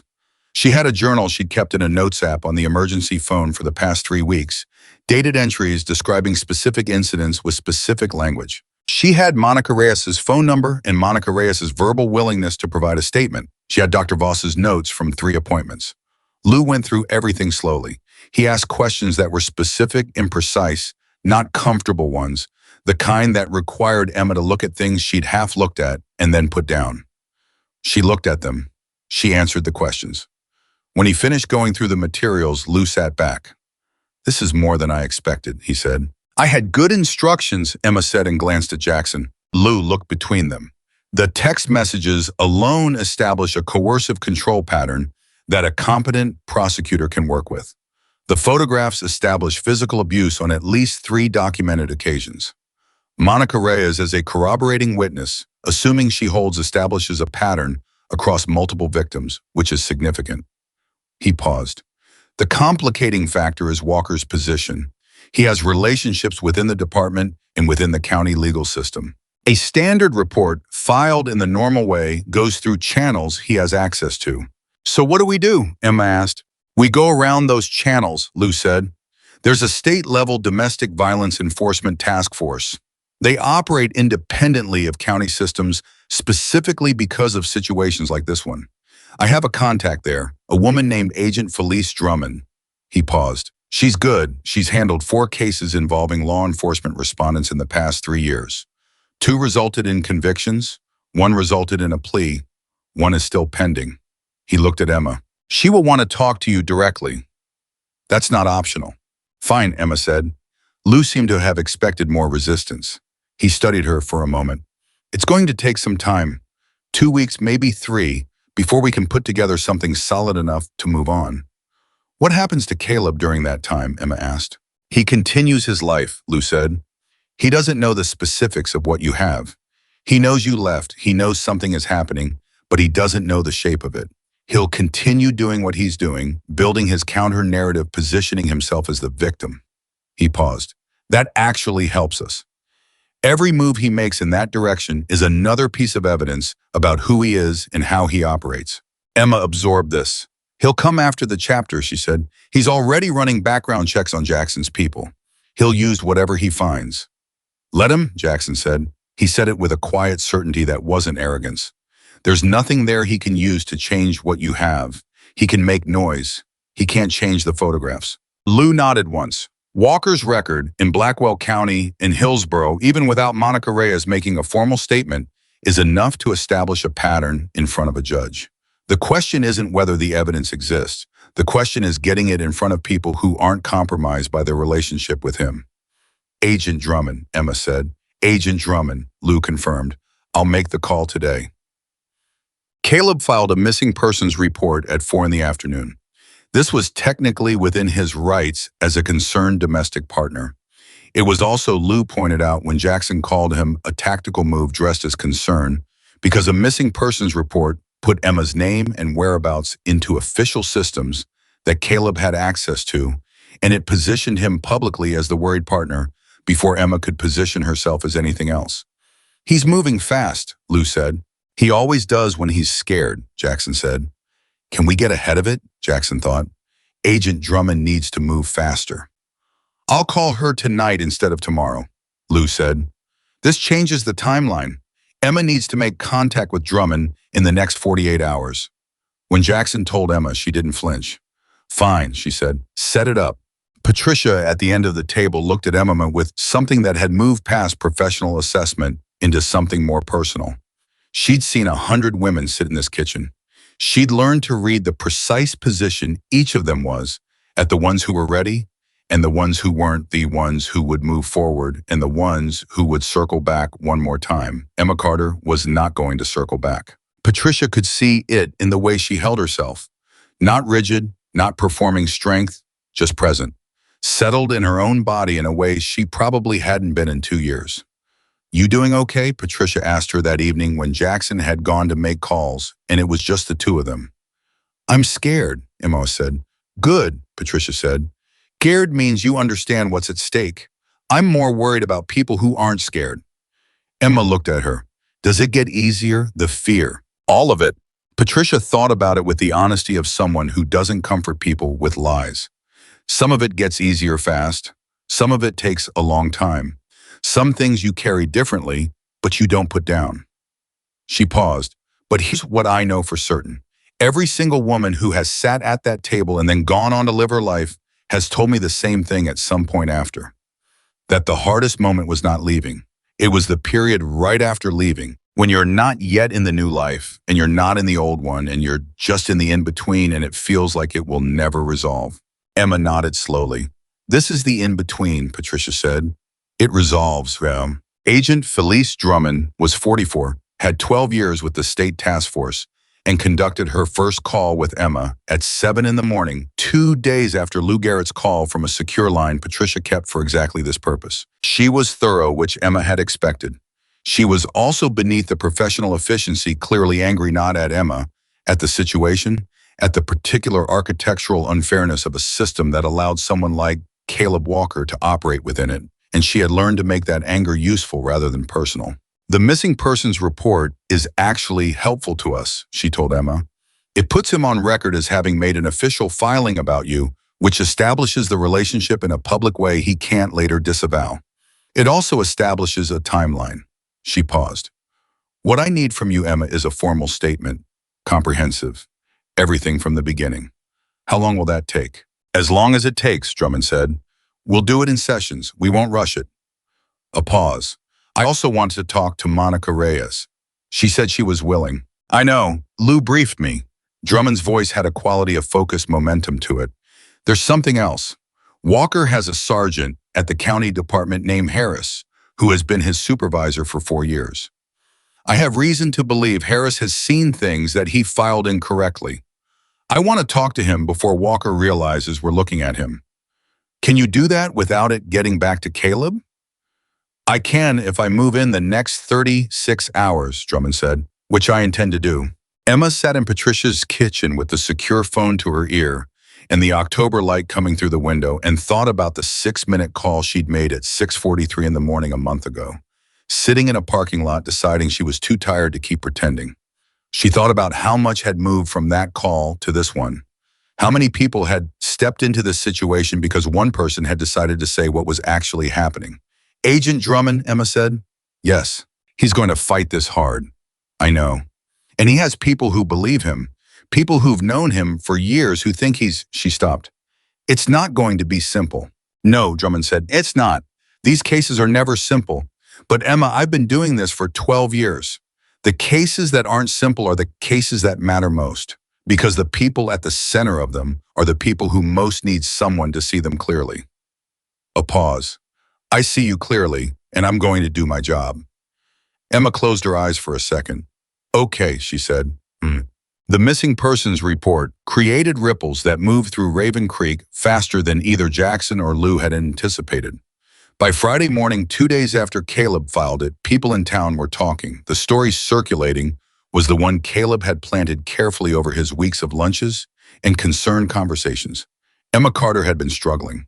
Emma had seemed unstable lately. Caleb was worried what a tragedy when people you loved couldn't handle their problems. The town predictably found this story easier to accept than the alternative. Jackson heard about it through 3 different people by noon. He sat with Dex at the garage and looked at the wall and thought about how precisely this was what Lou had predicted, the narrative moving faster than the facts, the character assassination running ahead of any process that could address it. They're going to say she's crazy, Dex said, before she even gets a chance to say anything herself. Yes, Jackson said, that going to affect the case.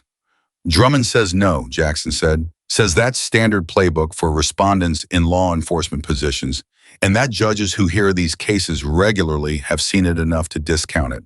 He paused. But it affects Emma. Hearing it affects Emma. Does she know? Jackson thought about the call he'd had with Emma that morning, the one where he'd told her about the town talk. She'd been quiet for a moment and then said, I knew he would. He's been preparing that story for months. And her voice had been steady, but he'd heard what was underneath the steadiness. She knows, Jackson said. We should do something about it, Dex said. Not yet, Jackson said. Not until Drummond moves. He looked at Dex. The worst thing we could do right now is make noise before the process is ready. We make noise now and he has time to shore up his defenses. We wait until Drummond has what she needs and then the noise happens on the record. Dex accepted this with the patience of someone who had learned that timing was everything and that Jackson usually had a better read on timing than he did. How's Emma? He asked. Jackson considered the question honestly. She's scared and she's solid, he said, both at the same time. That's a hard combination to hold. Yes, Jackson said. It is. Sergeant Harris called Agent Drummond on a Thursday. He called her, not the other way around. This was the thing nobody had anticipated, the piece that shifted the shape of everything when Lou relayed it to Jackson and Jackson drove to Patricia's house to tell Emma in person rather than over the phone because some news needs a face with it. Harris had called Drummond because Harris had heard the talk going around about Emma Carter being unstable and something about hearing Caleb Walker's story told back to him in the mouths of the town had finally crossed a line he'd been standing at the edge of for a while. Hun had documentation. His own documentation. He'd kept it separately off the official system because he'd understood early enough that anything in the official system could be accessed and potentially adjusted by someone who knew where to look. 3 incidents. 3 times he'd seen things that were logged incorrectly. Notice that didn't match what he'd observed. A report about a domestic incident call that described a situation differently than Harris had seen it himself. He'd kept copies. I hadn't known what to do with them. Now he did. Emma listened to Jackson tell her this, and her face went through several things she didn't try to hide, which was itself something different. A month ago, she would have maintained the surface regardless of what was happening underneath. Now she let it show the shock, the relief, the complicated grief of someone who learns that the truth was visible to people who chose not to speak it sooner. He had copies, she said. For 2 years, Jackson said. She looked at her hands. 2 years, she said again. Emma, I know, she said. I know it's complicated. I know why he didn't. I know it's not. She stopped. It's just 2 years. Jackson didn't tell her it was okay. He didn't tell her to focus on the positive. He just let her sit with it the way it was, which was the most honest thing he could have done. Does this change the timeline? She asked. It accelerates it, Jackson said. Drummond thinks she can move within the week. Harris's documentation plus yours, plus Monica's statement, plus the background from the previous departments. He paused. She said she's seen cases built on less that resulted in convictions. Within the week, Emma repeated. Yes. She was quiet for a long moment. Jackson, she said, when this goes public, when Drummond moves, the town is going to have to pick a side. Yes, he said, soon. A lot of them are going to pick his side first. Probably, Jackson said, but facts are harder to argue with than stories. Stories live until the facts arrive. Then people have to decide which version they can actually look at themselves in the mirror about. Emma looked at him. You sound like you've thought about that. My chapter has been the villain in a lot of people's stories for a long time, Jackson said. I know what it is to have people decide who you are before you get a chance to say anything. It passes, not cleanly, not without damage, but it passes. Emma nodded slowly. She thought about Monica Reyes in Oregon. She thought about what Monica had said at the end of their 41-minute call, almost as an afterthought. I hope whoever you have around you is worth having. That made all the difference. Not having them made all the difference the other way. Emma looked at Jackson Reed, who had seen 2 seconds of her wrist in a diner, and decided that someone had to care, and who had cared in the specific way of someone who understood the difference between helping and controlling, and had stayed on the right side of that line the entire time. Thank you, she said. He looked slightly uncomfortable with the way he always did. You did this, he said. You built the case, you made the calls, you walked out the door. You gave me the number to call, she said. Someone had to, Jackson said. Not everyone does, Emma said. Most people don't. He had no argument for that. They sat in Patricia's kitchen with the afternoon light changing around them, and the week ahead still full of uncertain things. And Emma Carter felt for the first time since she'd started letting herself feel things again, something she recognized after a moment as the beginning of solid ground. Not safe yet, not resolved, not free from the shape of what was coming, but her feet were on something real, and she was not standing on it alone. Her phone rang. Not Caleb this time. Agent Drummond. Emma picked up on the first ring. We're ready to move, Drummond said. Are you? Emma looked at Jackson. He gave her the same nod he'd given her across a diner table months ago, the one that meant nothing elaborate, just I see you, I'm here. Go ahead. Yes, Emma said into the phone. Good, as Drummond said. Here's what happens next. Part 5, Drummond moved on a Tuesday. She moved the way people move when they've spent 12 years learning that hesitation is what gives the other side time to regroup. She had her documentation. She had her witnesses. She had Sergeant Harris's off-system files that had been sitting in a locked drawer for 2 years, waiting for someone to ask the right question. And she had Monica Reyes in Portland, who had picked up the phone when Drummond called and said without preamble, I've been waiting for this call for 4 years. What do you need? She had Emma Carter's statement, 47 pages typed, clean, every incident, dated every detail, precise. The kind of documentation that only comes from someone who had been paying close attention, even when paying close attention was the most painful possible thing to do. And she had the prior record from Blackwell County and Hillsborough officially obtained, now no longer the secondhand information Jackson had pieced together through personal connections, but formal documentation from 2 separate jurisdictions that together told a story about Deputy Caleb Walker that was considerably different from the one Raven Creek had been telling about him for 6 years. The arrest happened at 7:40 in the morning when Caleb was coming off a night shift walking toward his car in the county lot in full view of 4 colleagues who were beginning their own shifts and who stopped and stared with the particular frozen quality of people watching something their brains are refusing to categorize. Drummond was there herself. She'd insisted on that. She said later that she always showed up for the ones involving law enforcement respondents because she thought it mattered who made the arrest. That it said something about the seriousness of the system when someone from outside the local structure came and did the thing the local structure had failed to do. She had 2 agents with her. Caleb saw her coming and knew immediately. That was something Drummond noted afterward, the way his face changed. Not surprise. Something more like a man who has been playing a long hand, finally seeing the card he'd been afraid of turn over. Caleb Walker, Drummond said, and she read him as rights the way she'd read rights hundreds of times clearly and without editorial, just the words and their weight. Caleb said, I want to call my attorney. You'll have that opportunity, Drummond said. His colleagues stood and watched. Not one of them moved to intervene. Jackson got the call from Lou Garrett at 7:53. He was at the garage early the way he was usually early, and he listened to Lou tell him it was done and felt something that was not quite relief, because relief implied the danger was fully past, and he knew enough to know that the danger wasn't fully past yet, but something adjacent to relief. Something in the territory of the thing that needed to happen has happened. He's in custody, Jackson asked. Processing now, Lou said. Drummond's filing with the state court today. The county court is compromised. She's going around it entirely. State-level charges, domestic violence, coercive control, abuse of official position. A pause. The Blackwell County DA is reopening the Monica Reyes complaint. That's a separate proceeding, but it adds weight. And the sheriff, Lou said carefully, has been notified of the state investigation and has been advised to make no public statements. He's lawyered up, which tells you everything you need to know about how much he thinks he knew and looked away from. Jackson sat with that for a moment. Emma, he said. She knows, Lou said.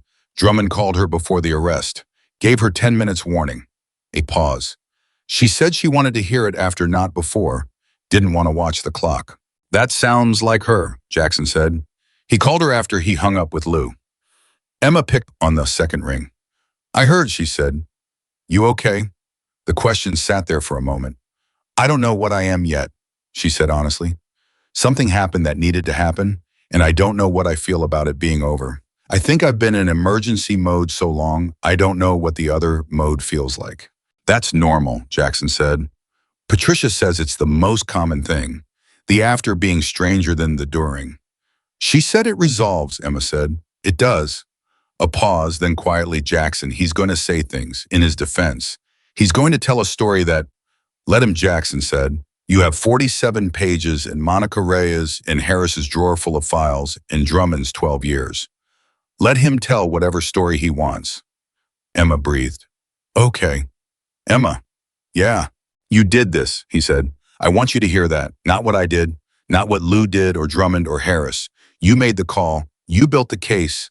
You walked out the door. Everything that happened after that happened because you decided you were going to be honest about what was real. She was quiet for a moment. You gave me the number. She said the same thing she'd said before. And you called it, he said. That's the part that mattered. Raven Creek found out the way. Small towns find out things not through one channel, but through all channels simultaneously, the way water finds every crack at once. By 9 in the morning, the county lot arrest had been seen by enough people to be moving through the town's conversational network at a speed that meant by 10 o'clock there was no one in the Silver Pine Diner who hadn't heard some version of it. The versions varied. That was inevitable. Some had detail that wasn't accurate, some were missing pieces. But the core of it was consistent because the core of it was simple. Deputy Caleb Walker had been arrested by state agents on domestic violence charges. The charges involved Emma Carter. There was a prior victim in another state. Donna heard it at 8:15 from her delivery driver and processed it with the stillness of someone who'd been expecting a storm and had spent months quietly moving the breakables indoors. She called her waitress into cover, and then she sat at the counter and drank her coffee and thought about every morning Emma Carter had walked through her back door in long sleeves and smiled too quickly, and Donna had seen it and had been 82 years old and afraid of interfering. She would carry that. She understood that she would carry it the way you carry things that are true and uncomfortable and that don't get lighter with time, you just get stronger around them. She wasn't going to pretend she'd done everything she could. She hadn't. She'd done less than Emma had deserved, but she was going to do something now. She picked up the phone and called the two women in Raven Creek who she knew had influence and whose primary use of that influence had historically been the management of town reputation, and she told them clearly and without softening it what she knew and had known and what she believed. She told them Emma Carter was one of the most decent people she'd encountered in 82 years of encountering people, and that the story going around about Emma being unstable was a story invented by a man who had been hurting her for 2 years and who had been protected by the town's willingness to believe his version of events. She told them both that she expected better from Raven Creek. Then she hung up. The preliminary hearing was scheduled for 3 weeks after the arrest. In those 3 weeks, several things happened in Raven Creek that individually seemed small and collectively were not. The two women Donna had called made phone calls of their own. Pastor Green, who had long understood that something was uncomfortable about the situation and had filed that discomfort under the category of not my place, gave a Sunday sermon that didn't name anyone, but was so specifically shaped around the theme of community accountability and the sin of willful blindness that his entire congregation understood exactly what he was talking about. The Martinson sisters, who had seen things from their windows and told themselves they couldn't interfere, showed up at the Domestic Violence Resource Center 2 towns over and asked how they could volunteer. These were not dramatic gestures. They were the ordinary adjustments of people who had just been confronted with the consequences of ordinary inaction and were deciding in their particular ways to do something about it. Not everyone made that adjustment. Some people in Raven Creek maintained with increasing creative determination that the situation was complicated and that they didn't know the full story, and that Caleb Walker had always seemed like a decent man and who could really say. Those people existed and would continue to exist because that was how people were, and expecting universality of response was a kind of idealism that the world doesn't support. But the town's center of gravity had shifted. Emma, following it from a distance through conversations with her mother, and occasional texts to Donna, felt the shift without being in it, the way you feel weather changing through a wall. It was not comfortable, it was not clean, but it was real.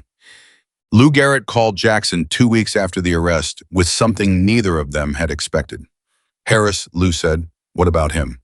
He went back through his files, all the way back. He found a report from 4 years ago, an incident called to an address on Clement Street. A pause. That's 2 addresses before Emma's apartment. Jackson went still. There was a woman there named Dana Howell, Lou said. She called in a disturbance. The responding officer was Walker. The incident report says she declined to provide information and officers found no evidence of a disturbance. Lou paused again. Harris was the second officer on that call. He says what he saw didn't match what was in the report. He wrote a note to himself that night and then did nothing with it. Dana Howell, Jackson said. She moved away 14 months after that call, Lou said. But she's still in Montana, small town east of Billings. There was a wait settling between them on the phone line. That's 3, Jackson said. That we know of, Lou said. Drummond is looking at whether there are others, but 3 documented across 3 different living situations, going back at least 5 years before Emma. He paused. This is no longer a case about an isolated incident or a difficult relationship. This is a pattern that spans most of his adult life. Does Emma know? Not yet. I called you first. I think you should be there when she hears it. Jackson drove to Patricia's house. Emma was at the kitchen table with a book she'd been genuinely reading. Not performing reading, actually present with words on a page, which Patricia had told Jackson was a reliable sign of where someone was in their recovery. Can't read when the nervous system is in constant alert. When the reading comes back, something has settled. Emma looked up when he came in and read his face the way she'd become expert at reading faces. What happened? She said. He sat down and told her about Dana Howell. Emma listened without moving. When he finished, she sat very still for a long moment, and he let her sit and didn't fill the silence with anything.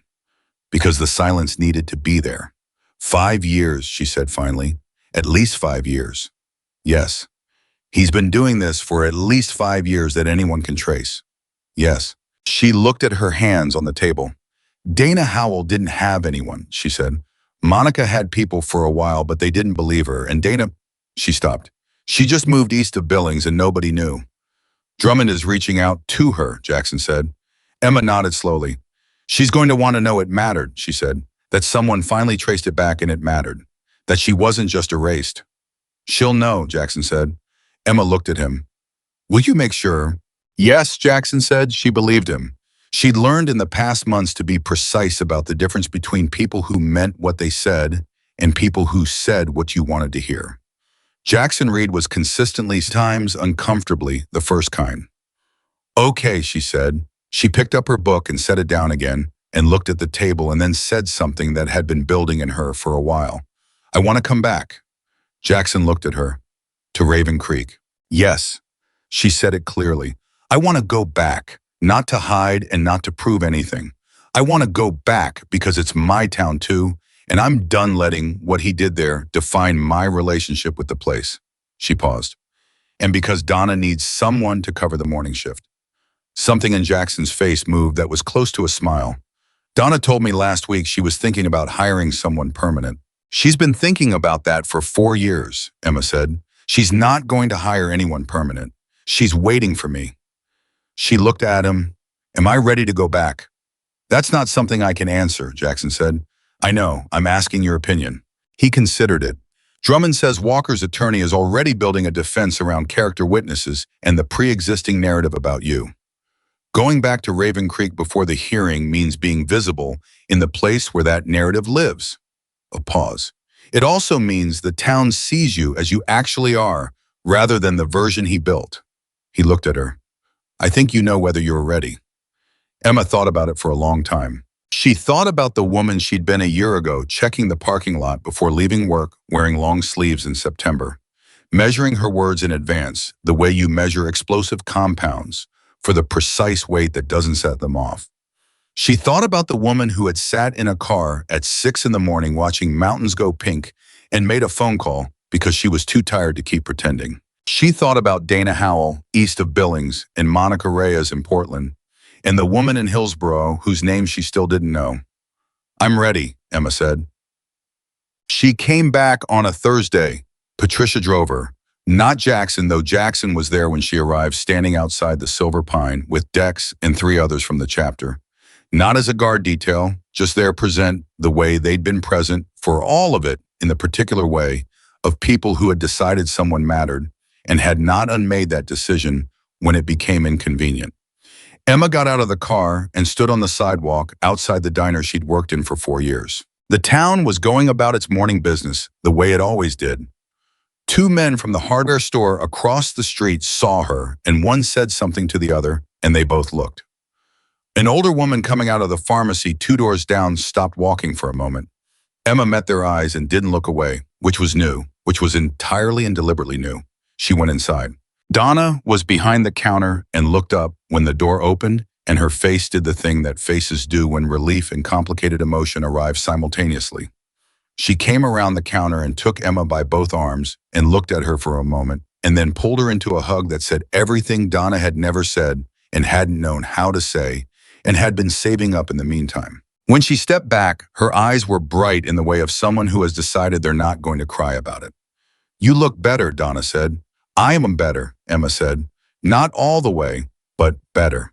Good enough, Donna said. You want coffee? I want to work, Emma said. Donna looked at her for a moment. Then she reached under the counter and put an apron on it. Emma tied it on. She went to work.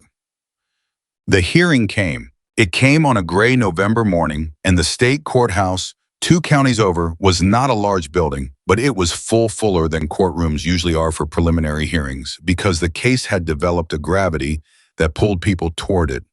Drummond was there with her 2 agents. Lou Garrett was there in his rumpled jacket. Harris was there, sitting 2 rows back from the front, looking like a man who has finally put down something very heavy and is still adjusting to the unfamiliar lightness. Monica Reyes flew in from Portland. Emma had not expected that. Drummond had told her Monica was prepared to testify via video link, that flying in wasn't necessary, and Monica had said that she wanted to be in the room, that she had spent 4 years not being in the room, and she was done with that. Emma and Monica met in the hallway outside the courtroom for the first time. They'd talked on the phone for 41 minutes. They'd texted. They'd built over the past 2 months the particular relationship of people who share an experience so specific that it creates its own language. Standing in the hallway, they looked at each other for a moment. Monica was taller than Emma had imagined. She had steady dark eyes and the posture of someone who has worked very hard to reclaim the space she takes up in a room.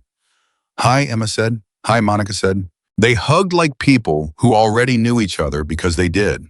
Dana Howell was there too. She had driven from east of Billings, and she was quieter than either Monica or Emma, smaller in her bearing, still in the earlier stages of whatever this process looked like from the inside. But she was there. She had come. And when she looked at Emma and Monica standing together in that hallway, something in her face shifted from the particular isolated shame of someone who has carried a thing alone for years towards something that wasn't quite relief yet, but was in that direction. There's 3 of us, she said, almost to herself. That we know of, Monica said, not cruelly, just with the frank acknowledgement of someone who has processed past the stage of softening things. Dana nodded slowly. Emma put her hand briefly on Dana's arm. You came, she said. That's what matters. You're here. Caleb Walker sat at the defendant's table in a suit instead of a uniform and looked for the first time Emma had ever seen him look anything diminished. Not small. He was still the same physical person, still the same constructed presence. But something about the context had removed the thing that had made him powerful, which was never his size or his badge, but the unexamined belief of the people around him. And in this room, surrounded by people who had done nothing but examine, that power source was simply gone. He looked at Emma when she entered. She looked back. She had thought about this moment, had tried to prepare herself for it, had wondered what she would feel when she saw him in this context, the man who had been the organizing principle of her fear for 2 years, sitting across a room from her, with his powers substantially reduced. She felt more than she'd expected and less than she'd feared. She felt angry, which was honest and appropriate, and which Dr. Voss had told her was a sign of clarity rather than a problem to be managed. She felt sad, which surprised her until she understood that the sadness wasn't for Caleb, but for the 2 years and the woman she'd been inside them. She felt steady. That last one was the one that mattered. She sat down next to Drummond and faced forward and didn't look at Caleb again. The hearing established what Drummond had promised it would establish. Not a verdict, not yet, that would come later. But a framework, a formal acknowledgement by a judge who had read the filings and was not affiliated with Raven Creek's county network that the charges had merit and that the matter would proceed to trial. Caleb's attorney made arguments. Some of them were the arguments Emma had expected about character and service record, and the narrative of the concerned partner dealing with an unstable girlfriend, and she sat and listened to them and felt Jackson to her left doing the same with that particular stillness of his that was not calm but contained something that had decided not to move. The judge listened. Then the judge said, with the particular measured language of someone who has seen this playbook before and is not impressed by its staging, the documentation before this court represents a pattern of behavior that extends across multiple victims in multiple jurisdictions. The character of the defendant, as presented by counsel, is relevant to sentencing discussions, not to the question of whether these proceedings should continue. They will continue. 3 words. They will continue. Emma breathed. Monica, 2 seats down, exhaled audibly. Dana Howell at the end of the row put both hands flat on her knees and stared straight ahead at something nobody else could see, and then nodded once, a private conversation between herself and some internal version of herself that had been waiting for this for a long time. Caleb Walker was remanded pending bail determination. He stood when the judge left, and his attorney put a hand on his arm, and he turned before he was guided away and looked one more time at Emma. She met his eyes. She did not look away. He looked for something in her face and did not find what he was looking for, because what he was looking for was the woman who had apologized and managed and accommodated and survived inside his constructed version of her, and that woman was gone, had been gone for months, had stepped away from herself and walked out a door and kept walking. What he found instead was just Emma Carter, who knew exactly who she was. He looked away first. So, outside the courthouse, the 4 of them stood together for a moment in the November air. Drummond, Lou, Jackson, Emma, Monica, Dana, Harris, who had come out of the building looking older and more himself than he had looked in years. Nobody made a speech. That wasn't the kind of moment it was. Drummond shook everyone's hand and told Emma she'd done the hardest part and that the rest of it was process.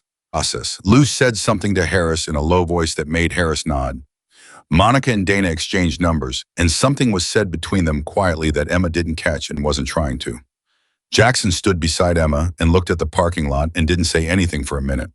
"Hey," Emma said. "Hey, I'm going back to the diner tomorrow," she said. "Full shift." He glanced at her. "Donna know that." I texted her. She said, and I quote, "about time." Something happened in Jackson's face that was fully a smile, which was rarer than people might have expected, and therefore more real when it arrived. "You going to be okay?" he asked. Emma thought about the question with the honesty it deserved. "I'm going to have hard days," she said. "The trial is still ahead. The town is still figuring out what it thinks. My nervous system is going to take a long time to stop treating everything like a potential threat." She paused. "But I'm going to be okay." "Yes." "Good," Jackson said. "Jackson," she turned to face him directly. "When this is all the way done, when the trial is over and the verdict is whatever it is and I've rebuilt whatever there is to rebuild, I want to do something." He waited. "There are women in Raven Creek who are where I was," Emma said. Maybe not with cops, maybe with someone else, maybe with the same kind of careful, warm public person version of what Caleb was. And they're sitting in diner parking lots watching mountains turn pink and thinking they're too tired to keep pretending and not knowing who to call. Jackson looked at her. I want there to be someone to call, Emma said. Something real, not a hotline that rolls to a national center 3 states away. Something in town, something with a face and a voice and a history of actually showing up. She paused. I don't know exactly what it looks like yet. You'll figure it out, Jackson said. I'll need help, she said. I know some people, he said. She almost laughed. You know, when I say I'll need help, most people say they'll think about it. Most people aren't me, Jackson said. No, they weren't. The trial came in the spring. It lasted 9 days. Monica testified. Dana testified. Harris testified. Dr. Voss gave expert witness testimony about coercive control that the defense tried 3 times to undermine and failed 3 times with increasing visible desperation. Drummond presented the documentation in the organized, precise, devastating way of someone who had assembled it with exactly this moment in mind. Emma testified on day 6. She sat in the witness chair and looked at the courtroom and found to her own surprise that she was not afraid. Nervous, yes. Aware of the weight of what she was doing, yes. But afraid, the specific bodily afraid she had lived inside for 2 years. That particular fear that had rewired her nervous system and made the whole world a threat to be managed, no. That fear had been retiring gradually since October and was now almost entirely replaced by something else.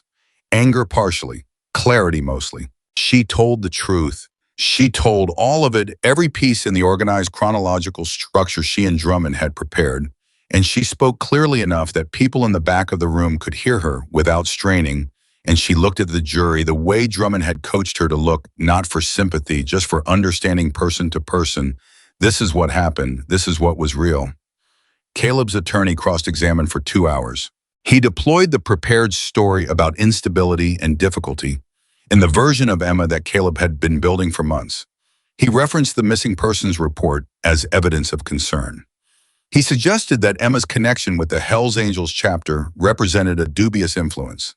Emma answered every question, calmly, precisely, with the exact documentation to contradict every misdirection. At one point, the attorney asked, "Isn't it true that you left your home without informing Deputy Walker of where you were going?" "Yes," Emma said. "And isn't that—" "I left," Emma said, "because I had learned from another victim in another state that warning him I was leaving was how people got hurt." She looked at the jury. "I left the way you leave when you finally understood that leaving safely is more important than leaving politely." The attorney moved on. The jury deliberated for 11 hours, guilty on 4 counts. Caleb Walker was led from the courtroom, and Emma sat in her seat after the room began to move and empty around her and breathed. Just breathed the way she'd been learning to breathe since a morning in October, when Dr. Voss had sat across from her and said, "Breathe like this, even, and deliberate like your body belongs to you." Her body belonged to her. It had always belonged to her. She was just learning to live inside that fact. The Silver Pine Family Diner reopened under new management. 8 months after the verdict, Donna retired finally at 82 years old and 4 months, and she did it the way she did everything on her own terms and with the announcement arriving before anyone expected it. She called Emma into her office, which was barely big enough for 2 people and a filing cabinet, and told her she was done and that Emma was going to take it over. "I'm not qualified to run a diner," Emma said. "You've been running this diner for years," Donna said. "I was just standing in the way." Emma took it over. She changed a few things.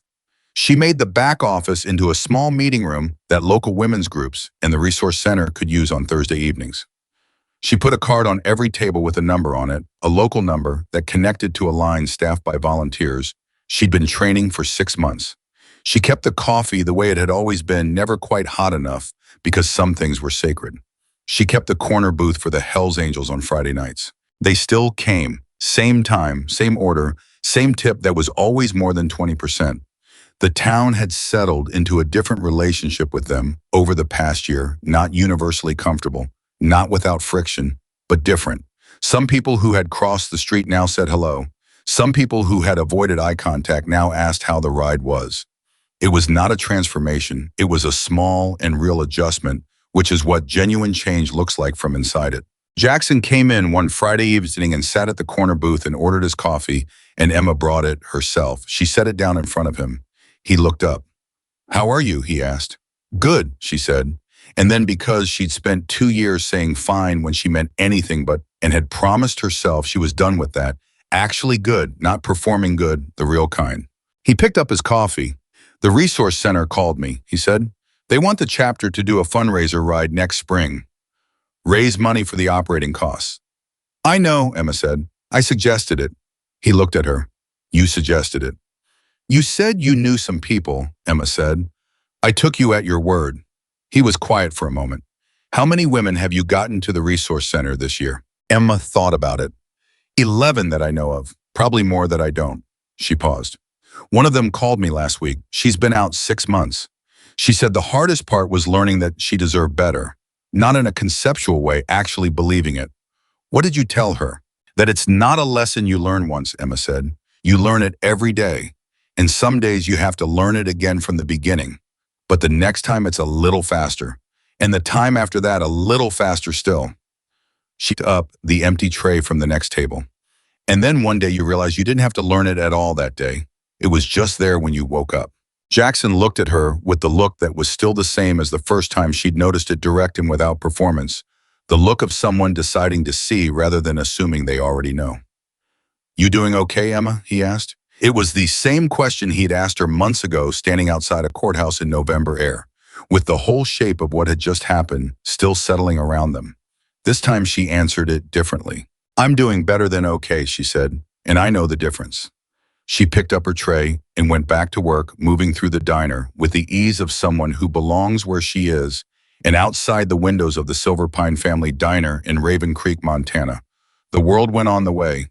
The world went on, ordinary and imperfect, and full of people making their particular calculations about what they could live with and what they finally could not.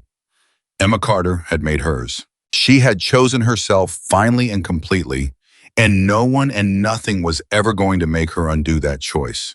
That was not a hope or a resolution or a wish for the future. That was simply, clearly and without qualification, the truth of who she